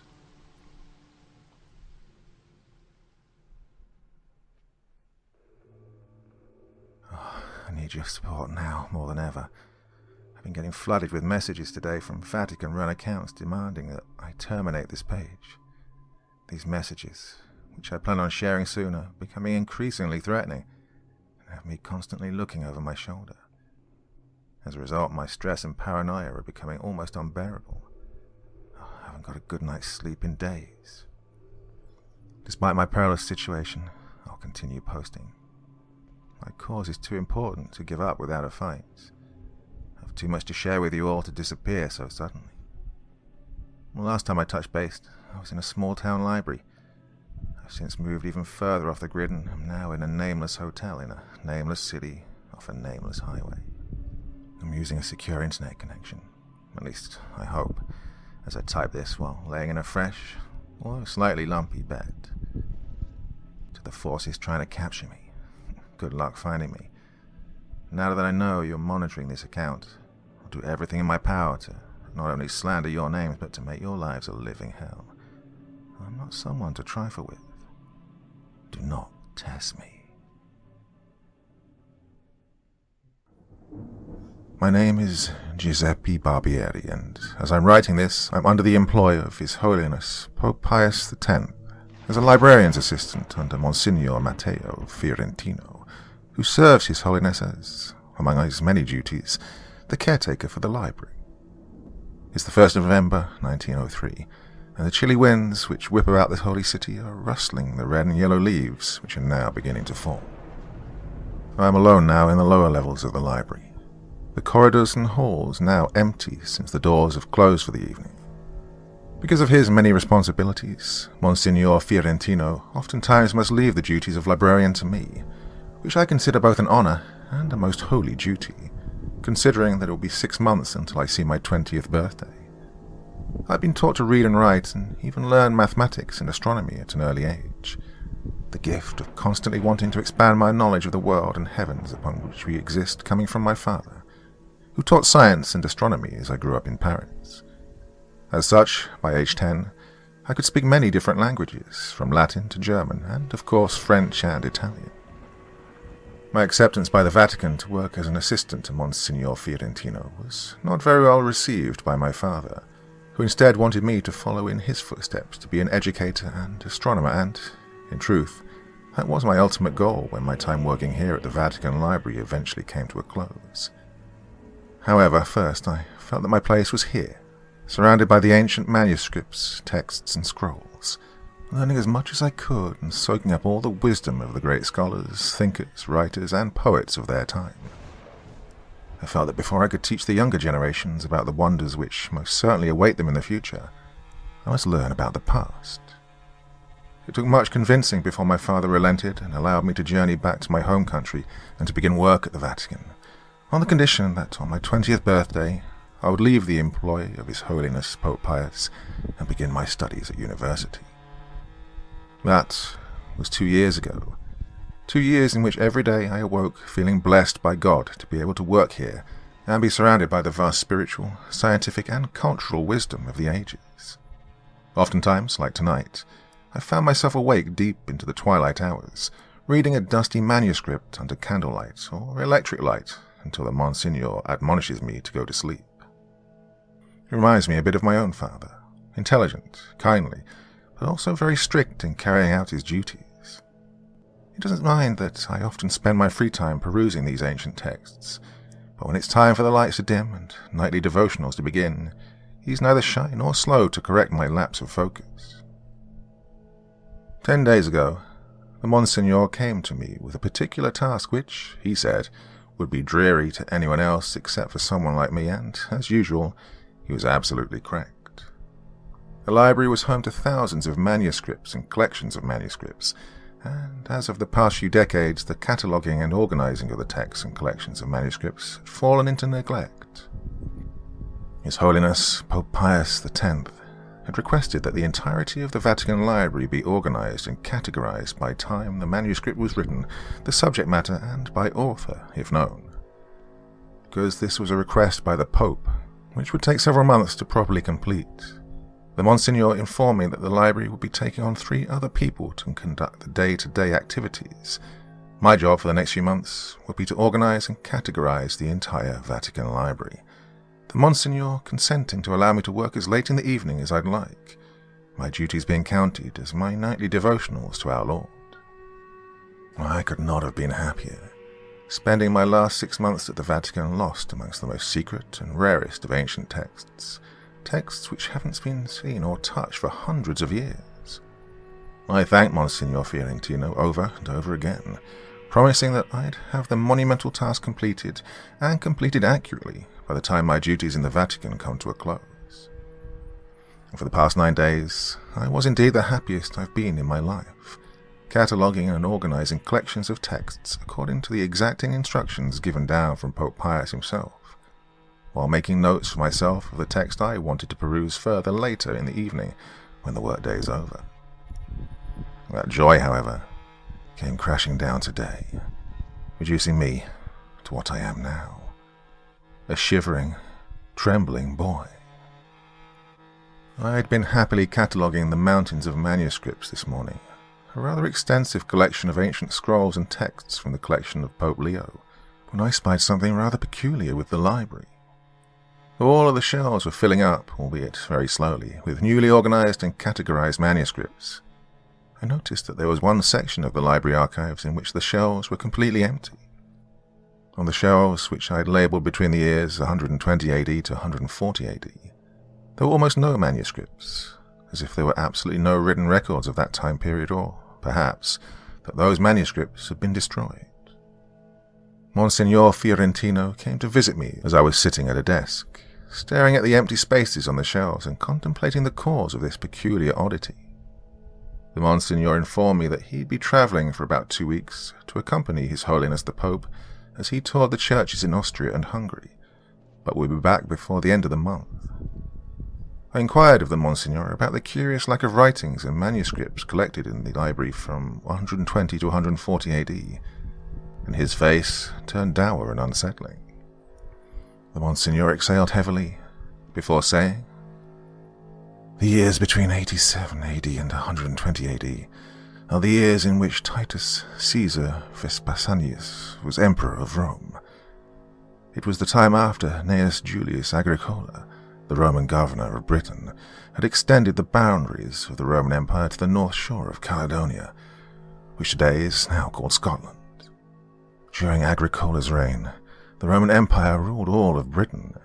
However, under Emperor Pius, the decades following that era saw great turmoil on northern Britain, resulting in the Roman legions being thrown back beyond the boundaries of Caledonia. These defeats were such that a planned Roman invasion of Ireland was cancelled, and the previous Roman fortifications built north of the Staingate Road were either abandoned or torn down. Monsignor Fiorentino took his leave, again admonishing me not to work too late into the evenings and not to forget my nightly devotionals. I wished him fair travels and fine weather before I turned and eagerly set about my task of organizing the vast collection of scrolls and manuscripts. I was still puzzled as to why such a large span of time, over 20 years, was oddly bereft of any type of recorded history, especially during a time of such great upheaval in Britain. While I understood that wars did bring a certain amount of destruction, chaos, and, ultimately, a loss of manuscripts, the fact that no written documents seemed to exist from Rome's retreat from the British Isles was baffling me to no end. I was clearing out a curtain of cobwebs at a forgotten set of shelves far back in the archives before I was to take my lunch break. I was looking forward to eating my meal out by the Fontaine di Piazza San Pietro under the bright afternoon sun. It was rather dank and dreary in this part of the archives, as the electrical lights barely shone down here, and I wasn't foolish enough to supplement that light with candles, not with so many ancient and brittle texts surrounding me. It was on the top shelf that I found a most curious object. It was a wooden box reinforced with bands of iron. Though ancient-looking, the wood was sturdy, and there was a heavy rusted lock which kept the box firmly shut for what seemed like eons. The box was about 60 centimeters square and exceedingly heavy. It took quite a bit of strength for me to carry it in one hand, while I used the other to steady myself as I descended the shaky ladder to the floor. Placing the box gently on a sturdy pushcart, I wheeled it squeakily to the open reading area, where blessed sunlight shone through the thick, dusty window panes down to the 3 long reading tables arranged on the glossy white and gold tiled floor. Transferring the box to one of the reading tables made of heavy African blackwood, I blew and wiped the thick coating of dust off it. Coughing from the clouds of dust, I grabbed the large ancient lock and gave it a light tug. The lock held firm, as I'd expected, but the nails which held the clasp in place had turned brittle with rust and came apart from the box. Normally at this point I would have run to Monsignor Fiorentino, excitedly I might add, to inform him of my discovery. But with the Monsignor away for a few weeks and, forgive me, my patience being far from what was required to wait for his return, I tugged again on the lock, harder this time. By the third booming thud that echoed across the room, the clasp finally came off the box. Gulping nervously, feeling as if I'd somehow committed a sin, I lifted the heavy lid off the box. The musty scent of mold and time assailed me as I looked inside. I gagged for a moment as another smell hit me. It was the unmistakable scent of death.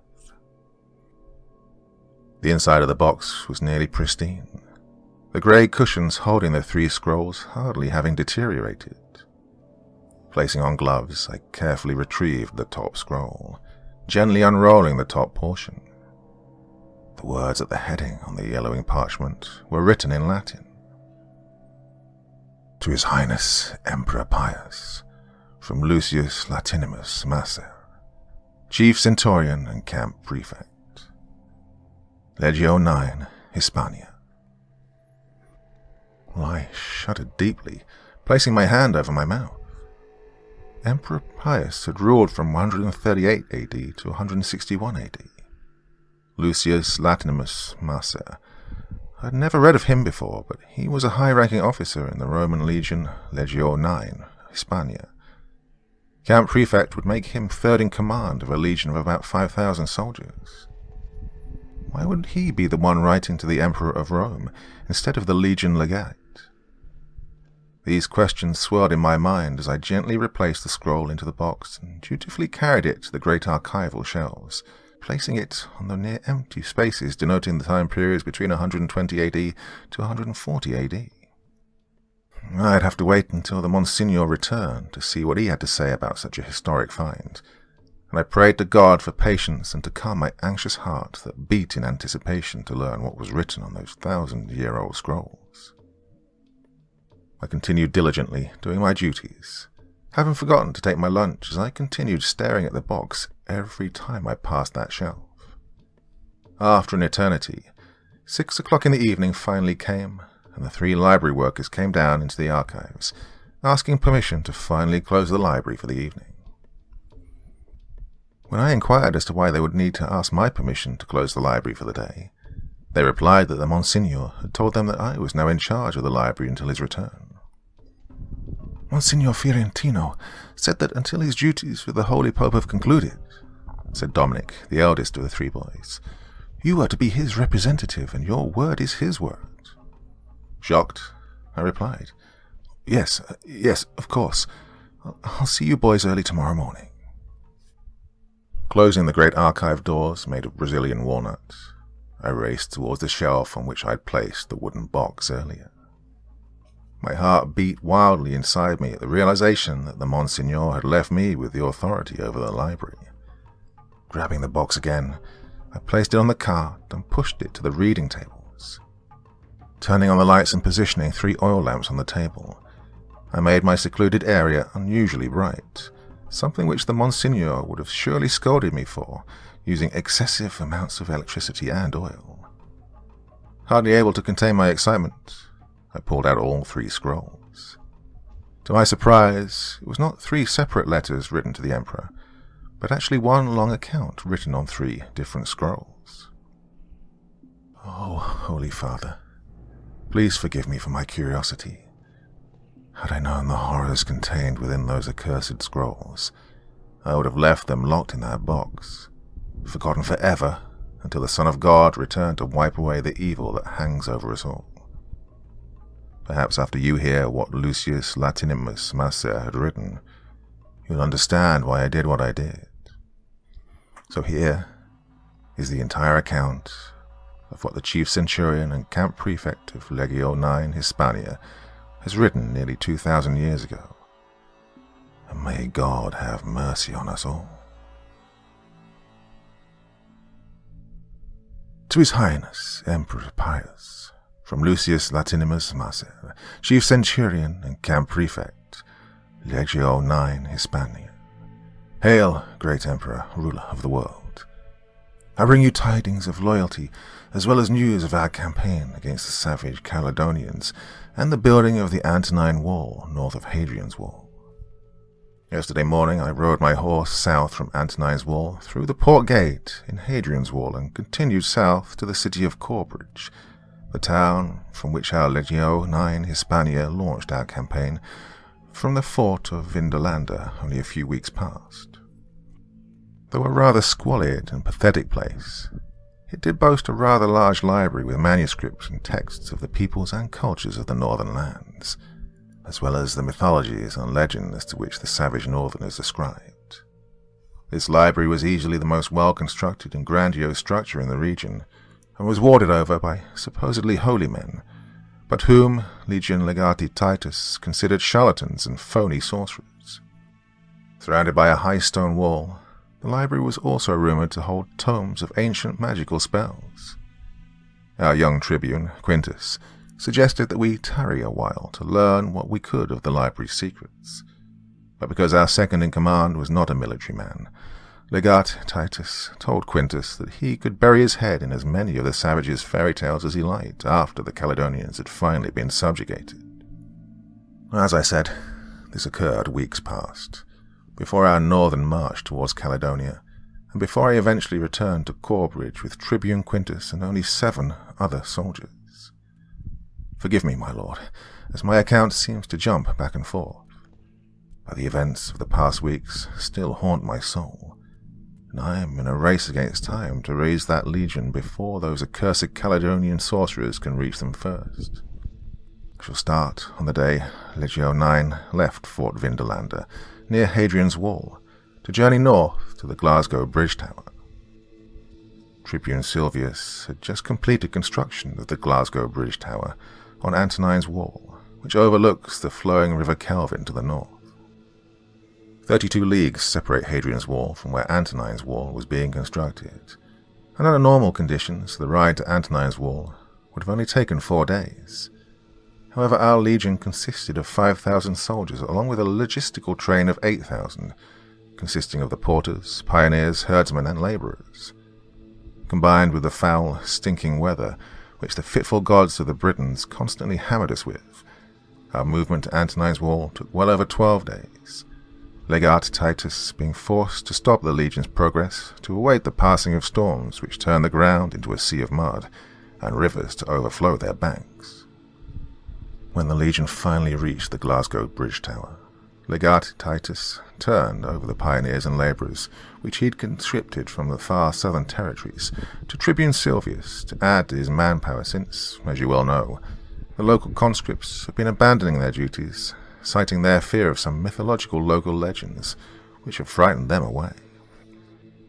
I sought out Tribune Silvius to inquire about my younger brother, Albus Messer, a centurion who commanded the 120 riders of a cavalry cohort of the Legio VI Victrix, the legion that was charged with protecting the building of Antonine's Wall.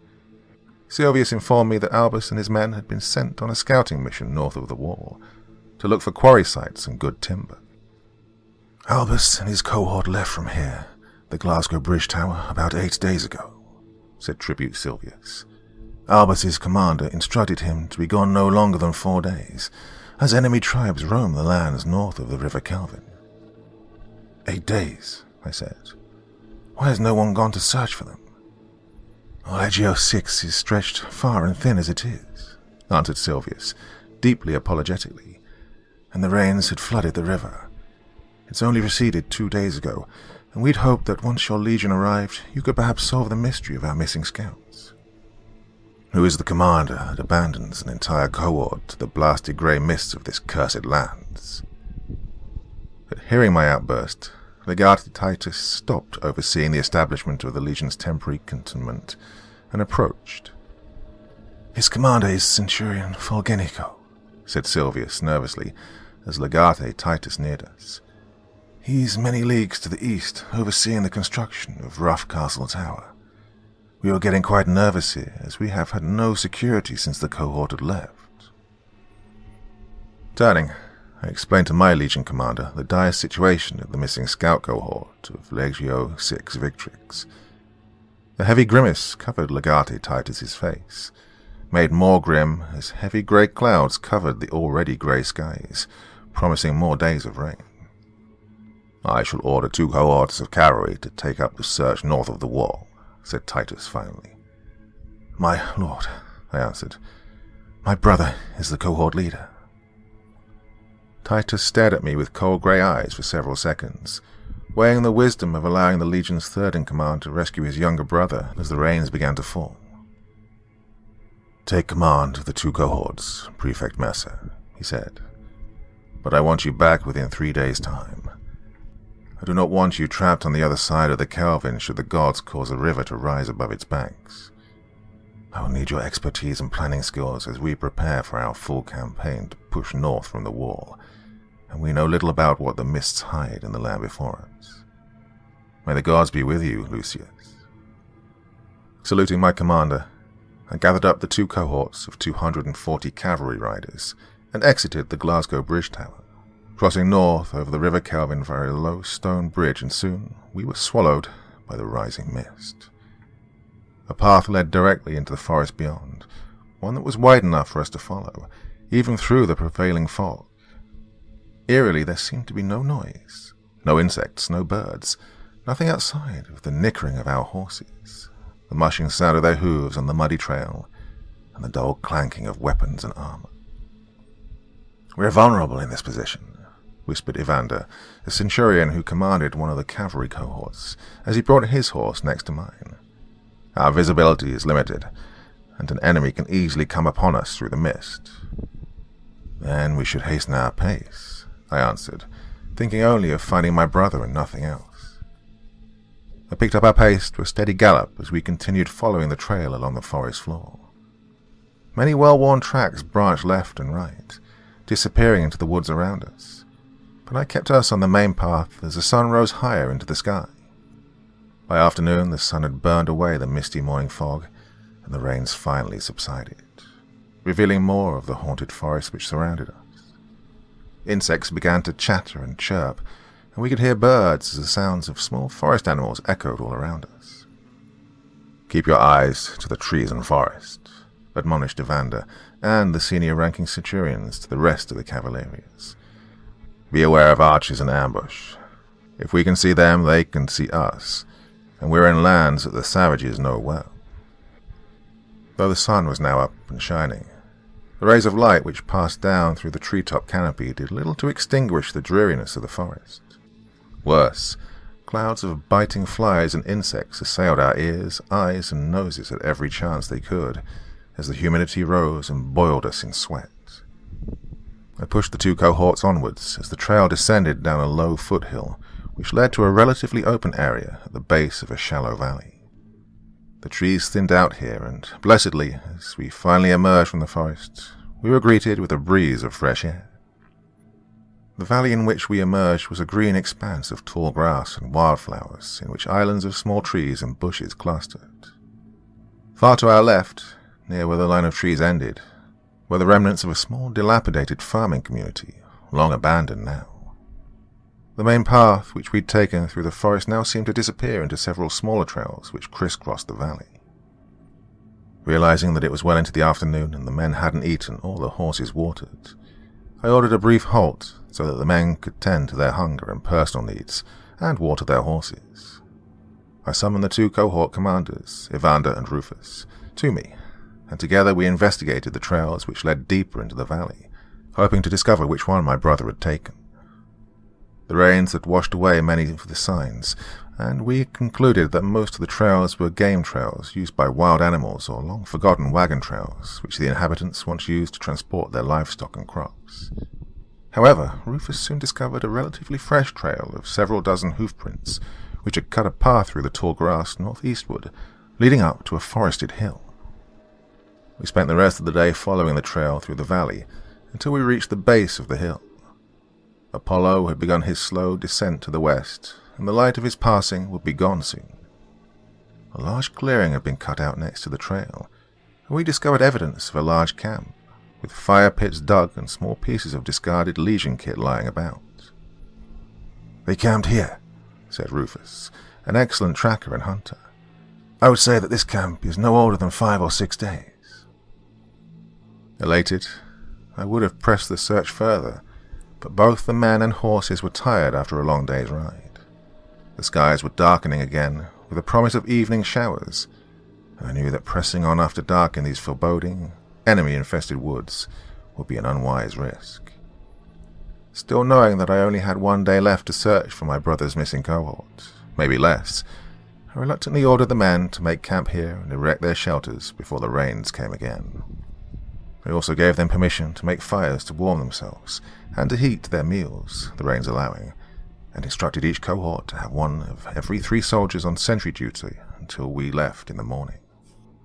In my personal tent, I shared a meal of bread, bacon, mutton, and wine with my 2 cohort commanders as we planned the next day's movements. Though I was confident that we were skilled and disciplined enough to defeat any of the savage tribes who may try to attack us, and fleet-footed enough to escape if we were not, our biggest problems would be the rain, the mist, and our general unfamiliarity of the land on which we would be campaigning. Satisfied that my men were rested but alert, and the security of the camp had been set, I bid Commanders Evander and Rufus good evening, and settled down for the night. The rains, thankfully, were light, and their pattering upon the roof of my tent conspired to put my restless mind to sleep. I woke after the mid of night, with absolutely no sound coming from the oppressive blackness around me. I tried to recall the dream which I just had, remembering only my brother staring down at me. Staring down. Staring down. There was something wrong with his face. I pulled back the flap of my tent and stepped outside, grateful for the clear skies and the cool air. The rain had stopped. "Is there something wrong, my liege?" said the senior ranking of the 2 guards standing at my tent's entrance. "No," I said. "Stay alert." As I lay back down on my blanket, wondering what had woken me up, the wind had picked up, driving down from the north, and a faint scent hit my nose. It wasn't overwhelming and seemed to drift in and out at the very borders of my perception. It was barely imperceptible, but it was there. I'd smelled that scent many times in the past, usually after a slaughter of warriors littered the battlefield. It was the smell of rot. At this point, the manuscript of Chief Centurion and Camp Prefect Lucius Latinimus Mesa came to an end, but it was picked up in the second scroll. More intrigued than horrified, I continued reading, as this seemed more the beginning of a fairy tale adventure than the apocalyptic calamity which it ended up becoming. The second scroll. The night passed without incident, and we continued our search in the pre-dawn hours the next day, leaving the open valley and descending up the misty slopes of the low foothills. The men broke their fast as they rode, chewing on hard-tack bread soaked in brine and washing it down with water. It was a poor morning meal for the men, but our time for searching was rapidly coming to an end. The smell of rot which plagued my dreams was gone. However, that may have been because there was no wind to carry the foul scent. With a growing apprehension and dread in my heart, an affliction which I could scarcely explain, I led the cavalry further up into the hills, still following the trail left by my brother's cohort who had gone before me. Though I could hardly see the path ahead, I could sense that we'd rounded the top of the hill and were now headed down. The view from the hilltop only gave me a picture of trees poking from atop nearby hilltops, their base swallowed by the thick mist. Even though I knew that hidden somewhere in those clouds were the enemy which had caused my brother's disappearance, I knew also that my brother was somewhere in those mists too. "Shall I send some scouts ahead to flush out any ambushes?" said Evander. "The enemy has eyes in the damned trees and fog, sir," added Rufus. "If they spied upon our travels yesterday, it would be a sure bet that they know we're taking the path of our brethren who came before us. If I were to plan an attack, it would be here, as we descend into the mists." Well, of course, Evander and Rufus were right, but I hated to wait any longer for a scouting party to return. I was about to turn and give the order to have a scouting party from each cohort descend into the vale, when I felt the wind's direction change. A sickening smell of death and decay assailed my nose from somewhere down in the mists. My men smelled the odor as well, as I kicked my heels and spurred my horse into a quick gallop down the path, shrouded in clouds of fog. My men followed me without question. I was in the lead, following the trail of hoofprints left by my brother's cohort, looking for any trace that perhaps some of the hoofprints led back in the direction in which they came, indicating that some may have survived a retreat. Sadly, all I saw were hoofprints going in one direction, northeast, towards yet another hilltop. We splashed through an ice-cold stream before bounding up the shallow hill on the other side, the senior ranks ordering the archers to notch arrows and the rest to draw swords. The smell of death and decay surrounded us as we fanned out, vengeance pumping in our blood as we were sure that this was where the enemy would strike. With a roar, we rushed up the hill towards where the savages had surely set another trap. But we would not be caught unawares as our steeds charged up that slope, the steel of spear and sword slicing through the mists. As if in response to our charge, the winds picked up, blowing the mist into a white whirlwind which gradually removed our fog blindness as the smell of death increased and consumed us. As I reached the peak of the hill, I halted my horse abruptly. It whinnied in surprise as I yanked back on his reins and jumped from my saddle, my gladius in one hand. I yanked my spear from my sleeve on my horse's flank and charged screaming with rage the rest of the distance up to the top of the hill. They were there. They were there. Stacked one on top of the other, by the dozens on 4 piles, was our missing cavalry cohort. The fires which had been used to create their funeral pyres must have been great indeed, as the bodies of our men had been blackened to a crisp. I walked on the burned ground in between the pyres of the corpses of our black, charred men, yelling for my brother. Albus! Albus! There was still hope that he was still alive, as someone must have been alive to have honoured our fallen dead in this way. Albus, brother, where are you? Their heads. Where are their heads? Evander and Rufus came up behind me, swords drawn, after they ordered their men to form a defensive perimeter around the hilltop. Why would those savages behead our men before burning them? Grunted Rufus angrily. This is something that they've never done in the past. These men have been defiled. I looked again at the bodies of the dead and cursed myself for my careless blindness. Beheading our men before burning them was a dishonour to them, cursing their spirits to search forever for their missing heads and robbing them of the ability to travel to the afterlife. This was something that my brother would never have ordered, and my heart sank at that. Indeed, his charred, headless body was likely among those in the stacks, and still the smell of rot permeated the air. My liege, I fear that I have found the answer to the mystery. I raced to where the horrified soldier was standing at the misty edge of the clearing. The slowly lifting fog had initially hidden the dread from me which the soldier had stumbled upon. The mists parted to reveal a large pile of the missing, rotting heads of our fallen comrades. Filled with unrestrained grief, I fell upon the pile, peeking through the heads with tears in my eyes like a madman as I searched for my brother's head. There was something off with the severed heads which didn't seem right in a situation in which nothing seemed right. These men died at least 8 days ago, but the rate of decomposition seemed far too advanced, as if the men had been decapitated months after they died. To their credit, several of the men with strong constitutions began pulling the putrid, maggot-covered heads from the pile and reverently lined them up on the ground. In total, there were 106 heads in the pile. My liege, said Evander solemnly, is your brother among the fallen? No, I said, the flame of hope sputtering alive again. He is not among these honoured dead. I had examined every head lying upon the ground, and even in their advanced state of decay, I could tell that none of these men was my brother. What happened to your hand, Evander? Evander looked down at his bleeding palm, now wrapped in a white cloth stained with blood. It's nothing, my liege. One of the heads took a bite out of my hand, a spasm that lingers after death. Well, have one of the medicus supply medicine and poultices to your wound, I advised, just in case.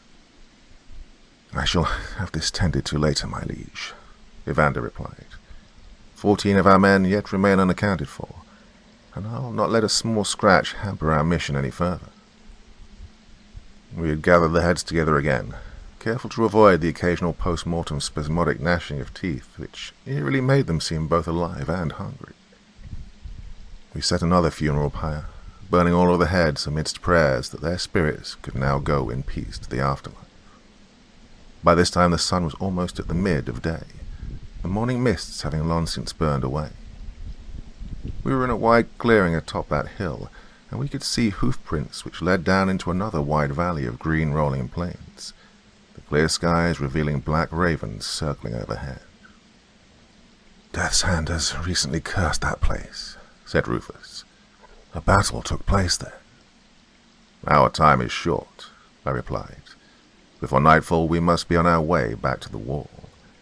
The terrain allows us to deploy our forces more advantageously here. Let's see if we cannot solve this mystery before our time runs out.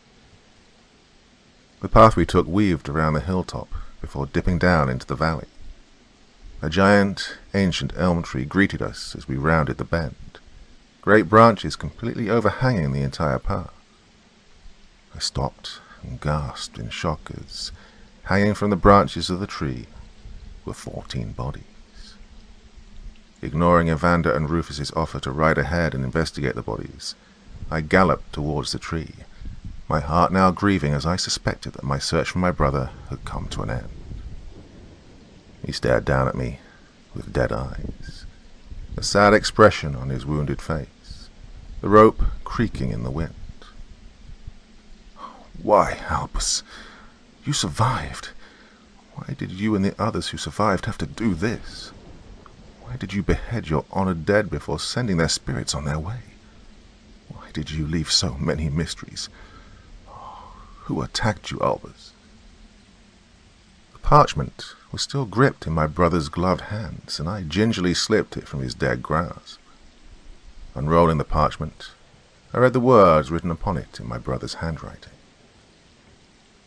May my honored fallen forgive me for taking their heads before burning their bodies. It was the only way to be sure that the cohort does not rise again. Those of us who'd survived the attack cannot be sure that we were not infected by the demonic sorcery of the Caledonians. We dare not return to the war bringing the pestilence of the Caledonians with us. So we have decided to end the curse here at this tree. May we be forgiven, but no other choice was left. Beware the sorcerers, for they control the dead. God, what madness had taken over you and the 13 others who survived that caused you to write this witchery? Well, the ambush which had taken the lives of your cohort had obviously driven sanity from you. At least we know for sure who committed this travesty. And when our campaign begins in earnest, I promise you, my brother, that the Caledonians will pay 100-fold for every man we lost. I turned my horse to the tree, no longer able to stand the heartbreak welling up inside me.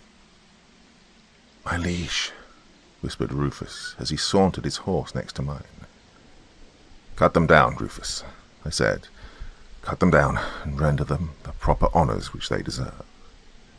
Of course, my liege, he answered, calling a work detail forwards to complete this grisly task. Evander attempted to call a work party of his own cohorts, but began coughing instead. I turned to see that he'd grown somewhat pale and was sweating. Evander, are you okay? I am, my liege, he answered, clearing his throat. Curse the damned dreary weather here in Britain. I cannot wait until we subjugate these savages so that we can return to the warmer climes of Hispania. As the last 14 of the fallen cohort were placed on the funeral pyre, I sat upon my steed, staring down into the valley where they fought their last battle. Evander and Rufus sat silently at my side on their horses. Silently, I cursed the ungodly savages who had done this. Come out, damn you. I know you're out there. I have twice the number of cavalry here. Come out that I may fertilize the valley with your entrails. My heart was afire with the desire of vengeance. To hell with the coming main campaign. I wanted to begin the attack now, starting from this hill. My liege, said Rufus. I looked in the direction where the cohort commander was pointing. Emerging from the trees which surrounded the valley was a pale, decrepit-looking figure. The thin man, dressed only in ragged furs, which only covered his waist, shambled out into the field as if drunk. In his withered hand was a rusted axe. "Ah," grunted Evander in disgust. "That one looks rough even for a savage. He is also someone who may lead us to who committed this atrocity." I grabbed up my spear and made to spur my steed forwards down into the valley, but Rufus stayed my hand. "My liege, wait, look." Behind the figure came dozens more savages, dressed similarly to the first with ragged clothing and fur.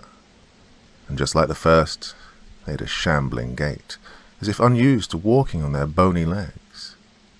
They were deathly pale, some even missing limbs, those without legs dragging themselves across the ground. Many of them held makeshift weapons, pitchforks, spears, butcher knives, and short swords, all in various states of rust and disrepair. Haunted howling and moaning bellowed up from their abdomens, their skin so torn that we could clearly see their rib cages. A lone figure on horseback emerged from the woods, hidden under a large robe coloured a dark mottled green. The figure held a gnarled wooden staff in the air in one hand, and was waving his other hand in such a way as that of a magician casting a spell. as the black smoke of the funeral pyre behind me swirled around my face, the sickening smell of flesh slowly cooking in the fires. I raised my spear and ordered, "Lancers to the fore! Fall upon the foe with vengeance and no mercy." A mighty roar echoed across the hilltop, and the ground trembled as the 200 cavalrymen of my 2 cohorts thundered down the hillside, every man eager for revenge and bloodshed. Yet strangely, there was very little bloodshed as the distance rapidly closed, and the first line of lancers struck the foe. As we neared the foe, the stink of rot and decay assailed our senses, and I had to spur my horse onwards through the putrid stench as my lance crashed into the skeletal man who first emerged from the trees.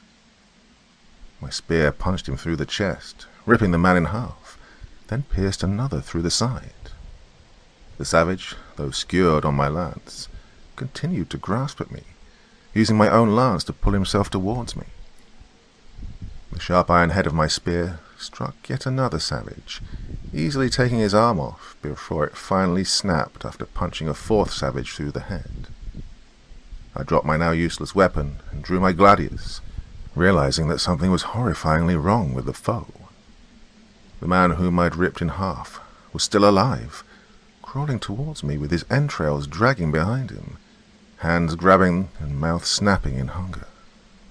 The second, still with the spear shaft through his chest, was shambling after me, waving a rusted sword crazily as if he did not know how to use his arms. The savage whose arm I'd torn off was also standing as if unhurt by the grievous wound. He'd been slashed a number of times by my riders as they charged past, but the foe still remained afoot, clumsily grabbing at my men as if to pull them from their mounts. Only the 4th enemy, one whom I decapitated with my spear, lay unmoving on the ground. Though the foe was taking mortal injuries from my men, injuries which should have bathed the ground crimson with their blood, there was very little bleeding. We were stabbing and hacking limbs and gouging guts from the enemy, but there was very little bloodshed, as if the blood of the savages had congealed a long time ago. And even though many of the savages were armed with rudimentary weapons, they seemed to know how to use them even less than their own arms, preferring instead to grab a rider to bring him down and to attack by biting. In this way, a number of our riders were pulled from their mounts and immediately set upon by the savages. But the gods were with many of them as they were able to fend off the enemy and regain their mounts. Still, others were not so fortunate, their screams turning to chokes, their quivering arms and legs spasming as the damned savages tore chunks of flesh from their throats. 2 of the foe cornered my steed, but he reared up, kicking one of the savages' head into mush with a powerful kick. The second foe reached desperately towards my arm, a hiss coming from his lungs as his mouth opened and closed hungrily. I struck him with a blow across the chest, which would have shattered his ribcage and destroyed his lungs and heart. But the savage continued forwards. With his arms outstretched, I brought my sword down again, severing both. The enemy fell backwards, seemingly unconcerned, as he struggled to get back up, rage filling his dead-looking eyes. "They are virtually unkillable," growled Rufus as he fought his way to my side. "What demons possess these savages?" "Hunger bordering on cannibalism," I yelled, "and potions which have caused them not to feel pain, but have also driven them mad." As the armless savage lunged at my horse, mouth agape, I swung my sword downwards, sundering his head from his shoulder. The enemy finally collapsed unmoving on the battlefield. Likewise, Rufus swept his sword in a wide arc, lopping off the heads of the 2 savages which were threatening him. We both yelled out to the men to sever their heads from their shoulders. But most of those that had survived thus far had already learned the secret of killing these seemingly unkillable savages. Though the enemy seemed to act as one, like ants, individually they were weak and against the discipline of Roman training and sharpened steel. The savages fell headless in droves. As the threat to my men lessened, I began to wonder about this enemy. Their numbers were roughly equal to ours, so the end result of this battle was hardly in doubt. But still, my brother's cohort should have been able to solve the riddle of slaying these savages and easily dispatch them. My angry gaze once again turned to the mysterious figure on horseback. The rider's hood was pulled back, revealing a withered face, wisps and strands of long grey hair sprouting from a liver-spotted head. He was smiling, revealing a mouth of yellow, ragged teeth. 4 other robed riders emerged from the woods, each one also carrying a gnarled wooden staff aloft, and each waving the other hand as if evoking some kind of barbaric incantation. In an instant of horrific realization, I knew how my brother's cohort had been defeated. This wasn't the ambush. This was the bait which sprung the true ambush. The smell of putrid rotten decay increased tenfold, as 1,000 more of the cannibalistic Caledonian savages shambled from the woods from the north, west, and east. "My liege," yelled Rufus. "It was an ambush." "I know, Rufus," I yelled, glaring at the 4 Caledonian riders who were obviously the commanders and masterminds behind this ambush. "Trumpeters, sound the withdrawal."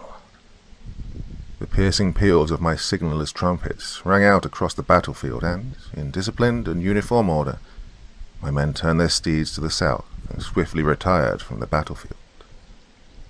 Rufus, Evander, and I rode last, observing to ensure that the units retired in good order. The ground was littered with hundreds of the enemy, but I counted at least 20 of our fallen amongst the dead. Among our cavalry, I also saw that a few had suffered bite marks of varying degree, inflicted by those savages driven mad by hunger. Evander coughed again, his head hanging down. He was deathly pale. "Evander," I said, "are you well?" "It's nothing, my liege," he coughed. "Damned weather here. Hot and rainy, cold and rainy, dreary and rainy. No wonder all Britons look pale and mouldy and smell of swamp." "Can you ride?" "Yes, my liege," Evander said unsteadily, never looking up. "Let us away." I looked at the wrapping covering his hand, and was startled to see that the red blood had turned a deep purple. I looked over to Rufus, whose look of concern mirrored my own. With the encroaching enemy horde only a few paces behind us, we spurred our horses on to join the rear guard of the cavalry, Rufus and I taking up positions on either side of Evander in case he should fall from his saddle. We galloped back up the hill which he charged down earlier, passing the still burning funeral pyre which we had created for my brother and his men, past the smouldering fire of the heads which we'd set ablaze earlier, and finally past the charred remains of the bodies of my brother's fallen cohort. We followed our own tracks down the other side of the hill and back across the wide valley which we'd ridden through the day before. The foe was less than 2 leagues behind us when I ordered the pace to slow. Shortly thereafter, Evander fell from his horse. He was by now almost white, his breathing shallow, and he was burning with fever. The medicus removed the wrapping from his hands, and the smell of rot exuded from his black, gangrenous wound. They put more healing herbs and poultices on the festering wound, but sadly the medicus said that, in order to save his life, we would have to take his arm when we made camp. Not knowing how much of a lead we had ahead of the foe, I ordered that Evander be made as comfortable as possible and strapped down to his mount. Rufus offered to lead Evander's mount himself, as Evander's second-in-command took control of his cohort. As we crossed the valley, I kept the pace slow, as both horses and men were tired. As night approached, I halted the column about half a league from the forest at the base of the foothills, beyond which lay Antonine's Wall and the safety of the Glasgow Bridge Tower. I ordered the men to make camp and allowed for fires to be set, along with torches to be placed around the camp perimeter. Since the savages already knew we were here, there was no need to try and hide our presence. Thankfully the skies were clear, so for once the men could rest without the rains to dampen their spirits. As camp was being constructed, I raced to the medicus to check on the condition of Evander. Regretfully, the medicus informed me that our brave cavalry cohort commander's spirit had left his body sometime during the journey. Deeply saddened at his passing, I decided to bring his body with us back to Antonine's Wall, for a proper honouring of his passing, instead of burning his corpse here. It's a decision which I would later regret. By now the full moon and stars were illuminating the black, cloudless skies. I scarcely had time to mourn the loss of Evander when the rear guard, which I'd ordered to keep watch from the hilltop we'd abandoned, came galloping into the camp. Their anxious commander reported that the enemy was on the march and had been joined by 2 more barbaric tribes, these men seeming much more fit and whole compared to the savages we'd encountered today, wearing primitive armor and brandishing better weaponry and shields. Curiously, these new tribesmen seemed very fearful of the savages we'd fought earlier and kept a good distance from them. Separating the 2 groups were more of the mysterious cloaked riders, now numbering about 20, and these riders seemed to be just as disdained as the foul-smelling cannibals which the riders commanded. Still, the only men on horse were these strange cloaked riders, and their force of about 3,000 were advancing at a walking pace towards our positions. At that pace it would take them about a day to reach us, at which time I planned to be long gone. Still, I ordered that a small picket of rearguard scouts remain at least a league behind us, just in case. However, no sooner had I heard this than I was also informed by the medicus that at least 30 more of my cavalrymen had fallen ill, each having been bitten by those savages, their wounds severe enough to have drawn blood, and were showing the same signs of advanced putridity as Evander. In the ensuing 3 hours, all of them fell into delirium, then coma, then death. The medicum had no answer to this mystery, and I ordered the bodies to be wrapped in cloth, to be taken back to the wall, as we needed to know what kinds of poisons the savages were using to cause such horrific afflictions on our men. It was only later on, in the blackness of the after midnight, that I learned the horrific reason why my brother decapitated the men who died under his command. No sooner had I fallen into a fitful sleep than I was awoken to the terrified screams of men coming from outside my tent. I emerged, sword in hand, to see that the sentries who guarded my tent were gone.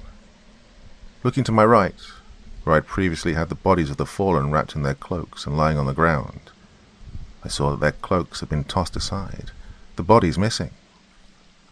Initially, I thought that the savages had entered the camp and were somehow attempting to steal the bodies.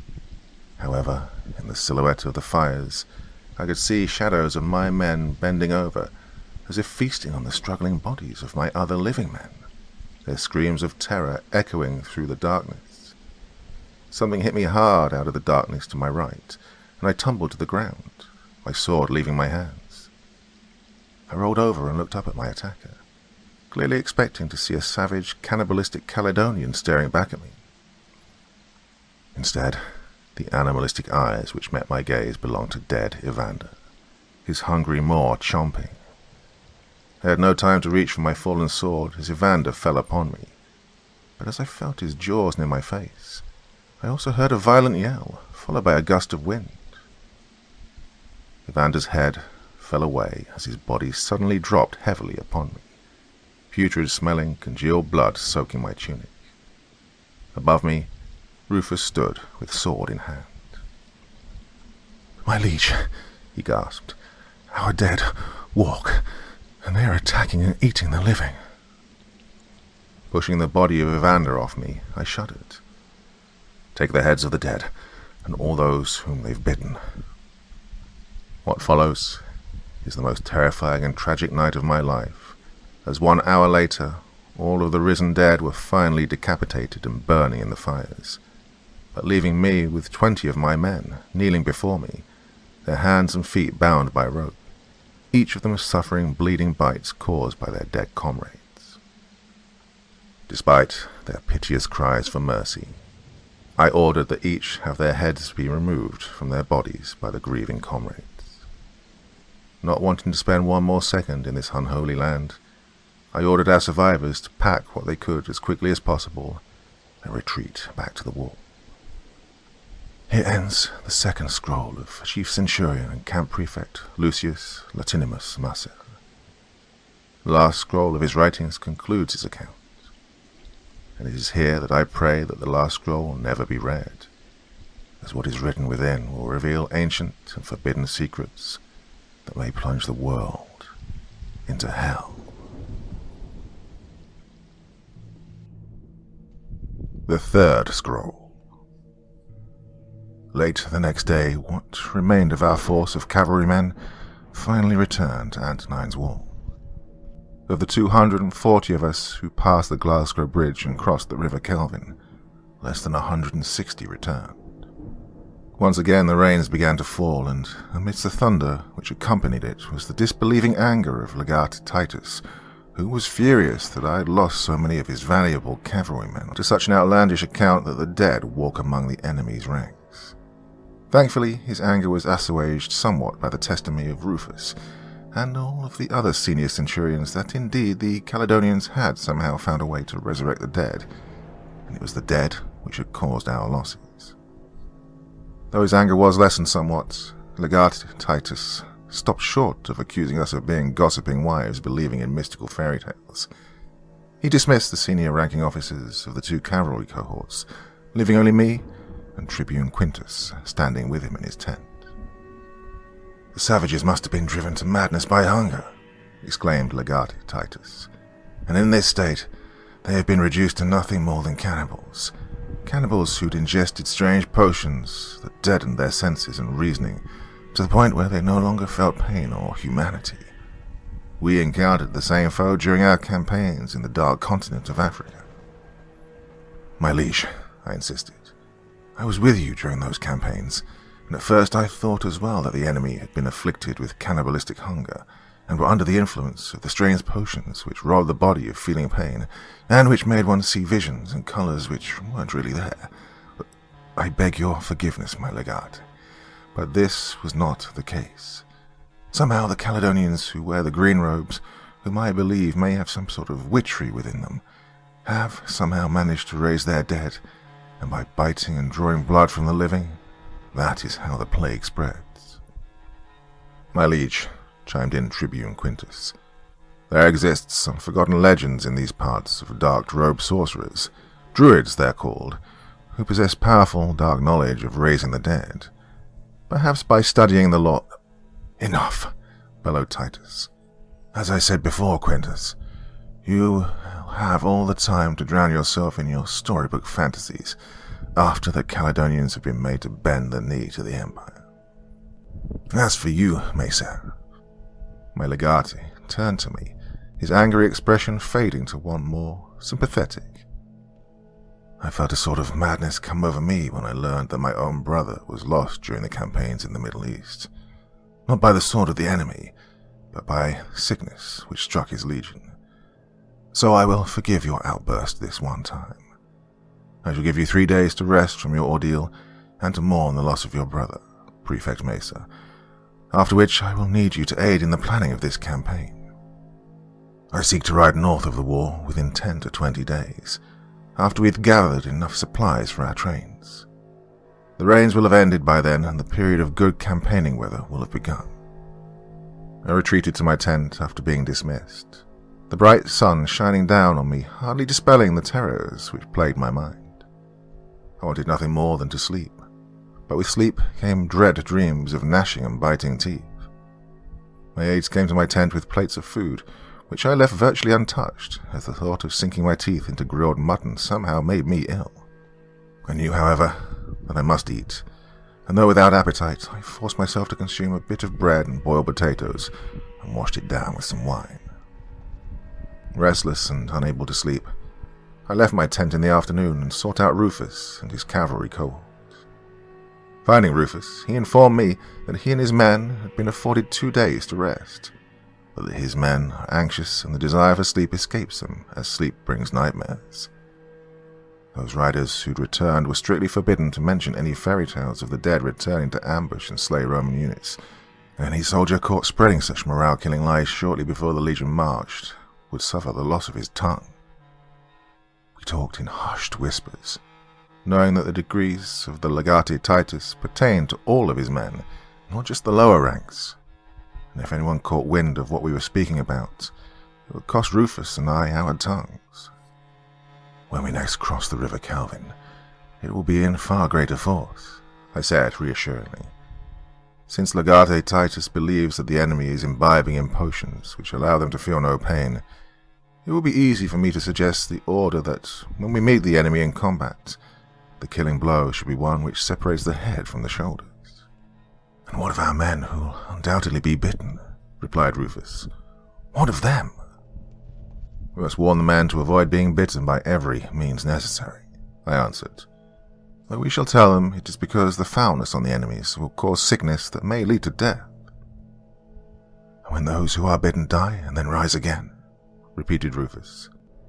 "Then I fear Legate Titus will have seen the truthfulness of our testimony," I answered. "We already know how to dispatch the dead.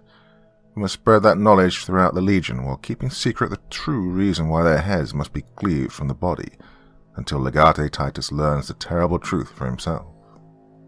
Until then, we must keep the number of our soldiers being bitten as low as possible."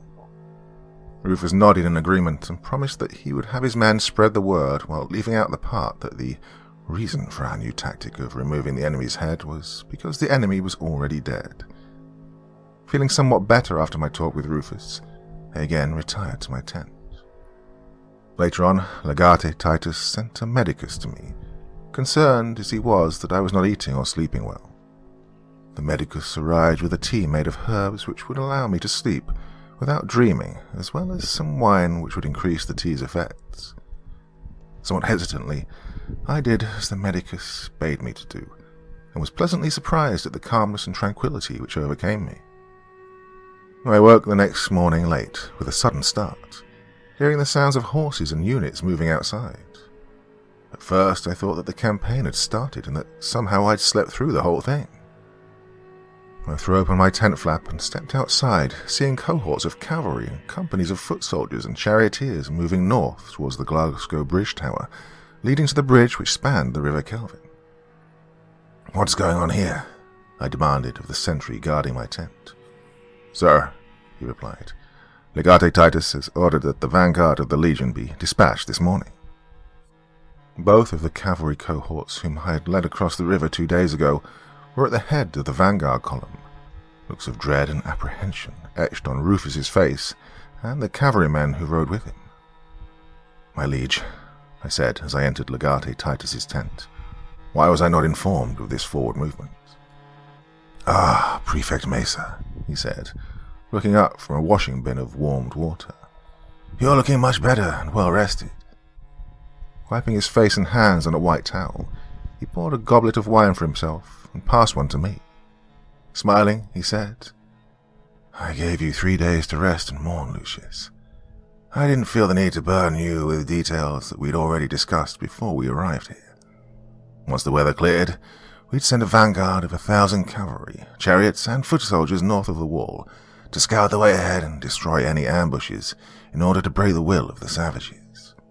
Now, granted, this move comes much earlier than expected, but the forecasters have promised several days free from rain, so it was best to move them soon in order to take advantage of the unexpected clear weather." "I see, my liege," I responded, nervously taking a sip of the wine. "And the order that, when in combat with the enemy, the killing blow should be to sever the head?" "Rufus and Toleron, Evander's second-in-command, who now commands his cavalry cohort, explained to me how this was the swiftest way to deal with those savage barbarians you encountered, who fell under the influence of their nerve-numbing potions," replied Titus. "As such, I agreed that when an enemy appears, the killing blow should come to the neck." Titus grinned as he took a sip of wine and, feeling much relieved, I took a much bigger gulp of mine. However, the legate's mood changed to one of suspicion.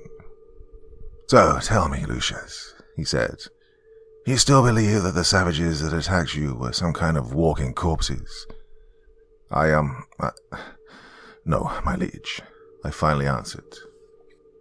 "I fear that discovering my murdered brother hanging from a tree may have taken me to the, incorrect conclusions of our enemies. Thank you for your patience in giving me the time to, reevaluate my opinion." "Good," answered Titus. "Though Tribune Quintus is technically my second-in-command, he is, after all, a civilian, and an annoyingly young one at that. His senatorial rank will not avail us in the slightest in the coming campaign. which is I will depend strongly on the clear-headed experience of my camp prefect. I shall not fail you, my liege, I answered. Go and enjoy the rest of your rest, Lucius, he replied. I fear that you shall not get much time for leisure once the campaign begins in earnest. Be ready to join me and the other commanders in the morning. Once I get a report from the vanguard, we will begin the main advance. We have enough sundries to sustain us for some time, so I shall have the rear guards escort our supply trains to us once all of our wagons have been filled. And when do we expect the first report from the vanguard, my liege? I asked. I told Rufus and Toleron to send their first messenger back no later than 7 days hence. That will ensure that our scouts will be no more than 3 or 4 days' ride from us once we leave Antonine's wall. I took my leave from our legion commander, satisfied that I'd done all that I could to ensure that we would not fall victim to the plague of the walking dead. The next day I returned to duty, and as we met with the commanders of the forward and rear spears, the forward and rear infantry, the chariots, and the third and rear guards, I once again emphasized that when we encountered the pale-skinned savages who smelled of rotten decay, a condition caused by the potions they drank, which caused them to feel no pain, that the killing blow must be to the neck. I ordered them to have their senior centurions refine and hone their men's skills in delivering this death blow with all of their weapons, as we awaited the return of the first messenger from our vanguard. As the days passed, I busied myself with overseeing the collection of foodstuffs and barrier-making materials for our supply chains, though this was traditionally the task of Quintus, the legion's tribune. I especially insisted that our medicus double their supply of medicines and poultices, and to hone their skills in amputations of infected limbs. As the day that the vanguard's messenger was supposed to arrive drew nearer, I was actually convincing myself that perhaps Legate Titus was right in that our attackers were actually under the influence of a powerful potion which deadened the senses. My dreams were no longer haunted by visions of Evander's gnashing teeth, thanks to the herbs and wine which the medicus gave me prior to my slumber. However, my anxiety rose again after the 8th, 9th, and 10th day passed, and still there was no rider and no word of the legion's vanguard. By the eve of the 11th day, Legate Titus would wait no longer. He called all of his commanders together and informed them to prepare their men to march in the morning. Clouds were forming in the south, which the forecasters predicted would bring more rains, and the legion should be on the march before the rains turned the ground to mud. That night, my nightmares returned, despite the medicines which had been given me to help me sleep. Evander returned, holding me down and bending over to rend the flesh from my cheeks. The smell of rancid death boiled out of his open maw, and I smelled the rot of decay. Screams and shouts of warning echoed in my head. Screams. Shouts of warning. In a panic, I leapt from my blankets and grabbed at my sword. My sentries threw open my tent flaps, but before they could say anything, I ordered, "Rouse the men and tell them to prepare for battle. Remember, their first priority is the killing blow which cleaves the head from the neck. Nothing else will work." As the sentries departed to carry out my orders, I stepped out into the early light of dawn. To my right, I saw Legate Titus also emerge from his tent. In front of me, Tribute Silvius's men, who were constructing the wall, were shouting about something beyond the wall to the north. Many were wailing in fear, and by the smell drifting south, I knew all too well what it was. "To arms! To arms!" I yelled. "Trumpeters, call the legion to arms. Archers, to the wall. Quickly!" I ran inside my tent and grabbed at my shield and pulled my helm upon my head before dashing out to make my way to the wall. "Prefect Mesa," yelled Legate Titus, "what's the meaning of this? Why have you called the legion to battle when you scarce know what the commotion is at the wall?" "Forgive me, my liege," I answered, "but I fear that you are about to witness the truth of my testimony." I raced to the parapets of the Glasgow Bridge. The wall, though stretching many leagues to the east and west, was not completely built to its full height, and in places only rose 4 cubits high. The Glasgow Bridge Tower only stood 4 cubits higher than that, but afforded the best vantage point of the plain beyond the river. Tribute Silvius was standing atop the tower, along with several sentries, all of whom stared with dread-filled eyes to the field across the river. I too stared, my heart sinking as the rising sun gradually revealed the growing horror which waited us from beyond the river. Before us stood row upon row, and rank upon rank of the decaying, festering dead, at least 8,000 strong, if not more. And at the fore of this army of demon-possessed horror was our own Legion's vanguard, Rufus's dead eyes seeming to stare right up at me. "Prefect Mesa, have you gone mad?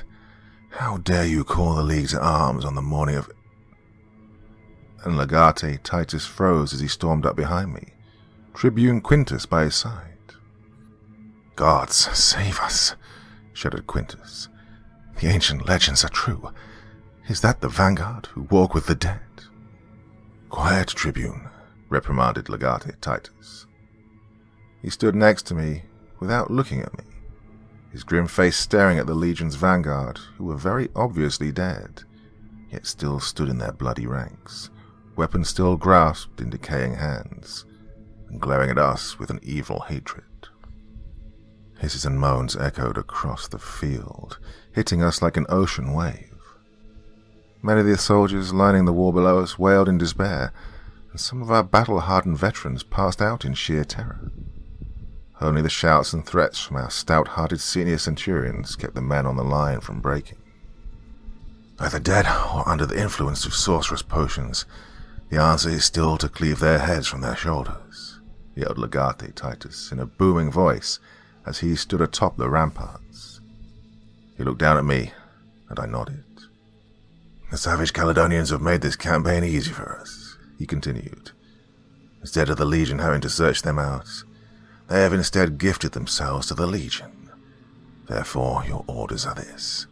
Take their heads, yes, even the heads of our vanguard, who have fallen under the sway of the savages' sorcery and potions. Make sure that you do not suffer the same fate as they, but strike as mercilessly as you would the enemy."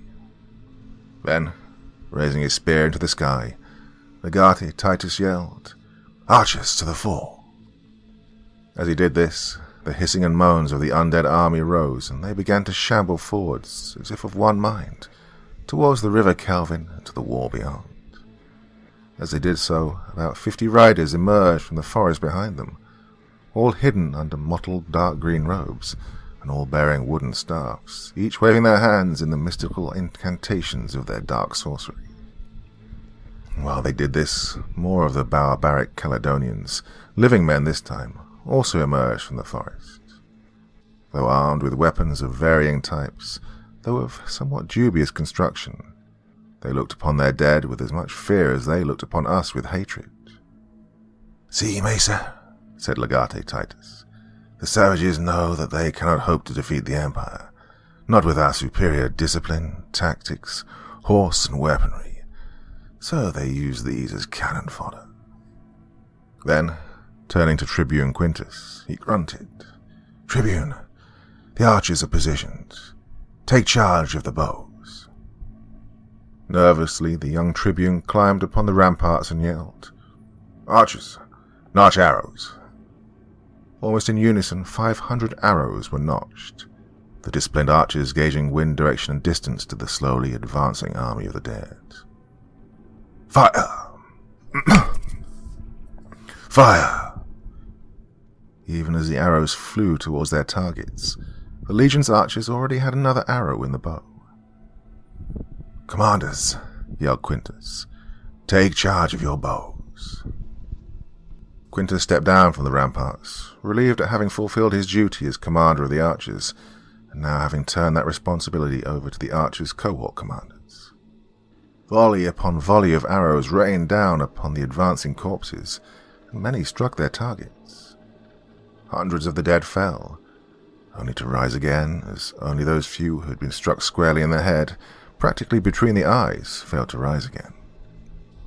The Caledonian sorcerers followed on horseback behind their undead army, as while the living Caledonian warriors, who were little better than a peasant army of about 4,000, followed behind their unholy sorcerers. The stench of death grew stronger as the moaning undead reached the banks of the River Kelvin and began wading in as if it were not there. And even though the river came up to their necks and shoulders, the dead continued to advance. At this range, the archers were able to target individual foes, and more of the dead fell, pierced through with arrows straight through dead eyes. But for every one felled, 4 took its place, and arrows from the Caledonian archers began finding their targets amongst our own Roman archers. "Front and rear spears to the fore," yelled Legate Titus. The trumpeters atop the Glasgow Bridge Tower pealed the signal, and our cohorts of spearmen leapt into the fray, creating 2 rows of spears which separated the dead from the wall. They charged the undead as they emerged on our side of the river, aiming the iron tips of their spears at the heads of the undead as they emerged from the water, most of whom were their former comrades in the vanguard. But, as bold as their attack was, it was not enough, as the undead were too many. Though they were not overwhelmed, they were being pushed back towards the wall, and the sound of the undead hisses and moaning were accompanied by the agonizing screams of terror from those living soldiers who were being devoured by the dead. "Lances, chariots, swords, to the fore!" yelled Legate Titus, and the trumpeters sounded his command. "What do you plan to do, my liege?" I asked. "You take the swords, Prefect. Secure the path to the bridge. I should take the lances and chariots." Legate Titus cast a deadly gaze towards the Caledonian sorcerers. "I mean to sever their head from the snake. If we kill the heads of the dead, then the dead will fall." Unsheathing my sword, I rushed down the tower, my muscles feeling infused with the might of Mars as I took command of 2 cohorts of swords. We raced beyond the wall, hacking and slashing and beheading our way through the shambling undead to the bridge and beyond, until a temporary but secure path had been created. I was on the other side of the bridge with about 30 men as our cohort's chariots raced across, led by Legate Titus. His 50 chariots carved their way through the wall of undead and turned towards the filthy, disgusting Caledonian sorcerers. The Caledonian sorcerers stood no chance as Legate Titus and his chariots mercilessly cut them all down with spear and sword. We cheered in triumph as the living Caledonian warriors screamed in fear and desperation. Our cheers quickly faded as, although the sorcerers had now been cut down, the dead did not fall as we'd hoped. Instead, the dead became more savage and violent, as if a slaver's neck chain had been removed. The dead no longer acted as if on one accord, but instead acted individually, attacking and devouring all living things, including the Caledonian savages. The Caledonian sorcerers had been acting as a means to temper and control the dead, using them only as a weapon against us. With their masters slain, the dead were now free to unleash their unbridled hunger upon all who lived. The gates of the zoo had been torn down, and the starving lions were free to feast. Amidst this carnage and chaos, I witnessed Legate Titus and his chariots become overwhelmed and taken under by an ocean of the undead. "Back!" I yelled to the soldiers. "Back to the Glasgow Bridge Tower!" We retreated back across the bridge. It was only the discipline of hard training that allowed us to cross the wall in good order, though many of our number fell screaming to hungry jaws, the battlefield now echoing with the gut-wrenching sounds of crunching and chewing, and the gargled screams of the devoured. Even the living Caledonian warriors were filled with terror, as their dead countrymen now stalked hungrily after them. By now the dead had swarmed the walls, their hunger and savagery far worse than before. As bravely as our soldiers fought, it was obvious that the Legion could not hold. I ordered what remained of the forward swords to reinforce the wall, and then raced to the Glasgow Bridge Tower to get a better vantage point of the battlefield. With Legate Titus now gone, I was in overall command of Legio IX Hispania. I found the stone steps to the ramparts blocked by hundreds of the dead who were climbing up to make a meal of the unfortunates who'd been trapped at the top. By now the dead were in the Legion's campsite, and I raced to my tent to find my horse. Along the way I tripped over Tribune Quintus. "Quintus," I yelled. "Where are you going?" He was pale with shock, but unbitten by the dead. "Prefect, we need to leave. We need to go back to Corbridge. The library there. The library must have the answers." "You and your damned fairy tales," I yelled. "Is this a fairy tale?" the skinny young tribune answered as the moans of the hungry dead mingled with the screams of the dying. I gritted my teeth as surrounded soldiers cried to the gods for salvation. The pleas of those once valiant soldiers impaled me. I pulled him up and snarled, "Come with me." Finding our horses, I collected the 7 soldiers who remained of my personal guard, and we rode south, away from the Battle of Antonine's Wall and back to Hadrian's Wall. We rode non-stop for 4 days until we passed through Port Gate and into the squalid town of Corbridge to the grounds where the library stands, and, indeed, Quintus found the tome which contained the ancient and mystical spells and incantations which those demon-possessed Caledonians had used to raise the dead. Upon studying the tome, which the caretakers of the library watched with utmost fear and trepidation, Quintus recited the spell and incantations which I now repeat here. At this point in the manuscript, Prefect Mesa annotates word for word the spells and incantations of the Caledonian sorcery which they supposedly used to bring the dead to life. "And these are the spells and incantations upon which the dead can be brought to life?" I asked. "Yes, Prefect Mesa," he replied. "I see," I answered, running Tribune Quintus through the heart with my gladius. "Well, for your sake, I hope it works." We lay the dead body of Tribune Quintus on a stone slab, and to the horror of the library caretakers, I performed the incantations which I had previously described. And to my complete joy, the eyes of Tribune Quintus flickered open. The horrified caretakers of the library screamed some nonsense about how I cannot possibly control an entire Roman legion of undead, as it would require many druids to do so. They screamed this as we put their lives and their library to the torch. May their bodies and their accursed library burn in the eternal fires of Hades. And so, my liege, Emperor Pius, I, your faithful and loyal servant Lucius Latinimus Macer, Chief Centurion and Camp Prefect, Legio IX Hispania, am now riding back to Antonine's Wall. The Legion must be reborn. And here ends the manuscript of Lucius Latinimus Macer, Chief Centurion and Camp Prefect, Legio IX Hispania, to His Highness Emperor Pius. And so, officer, that is it. That's the whole corrupted and evil account which Chief Centurion Macer, who had undoubtedly been driven mad by the loss of his Legio IX, had written to his emperor.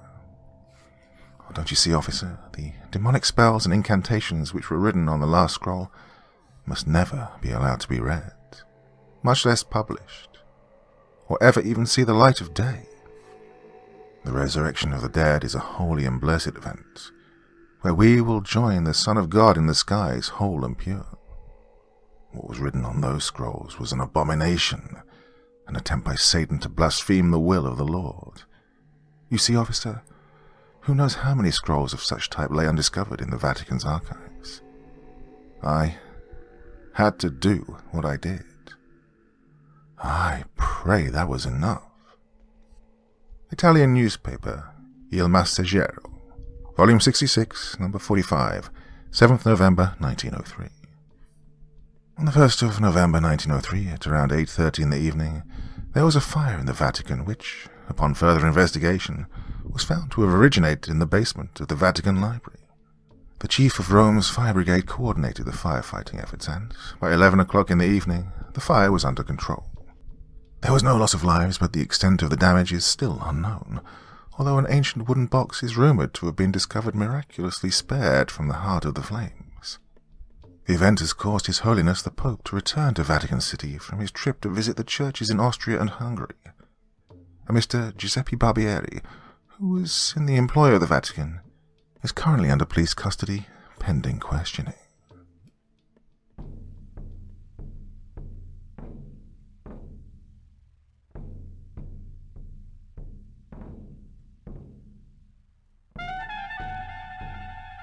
And so once again, we reach the end of tonight's podcast.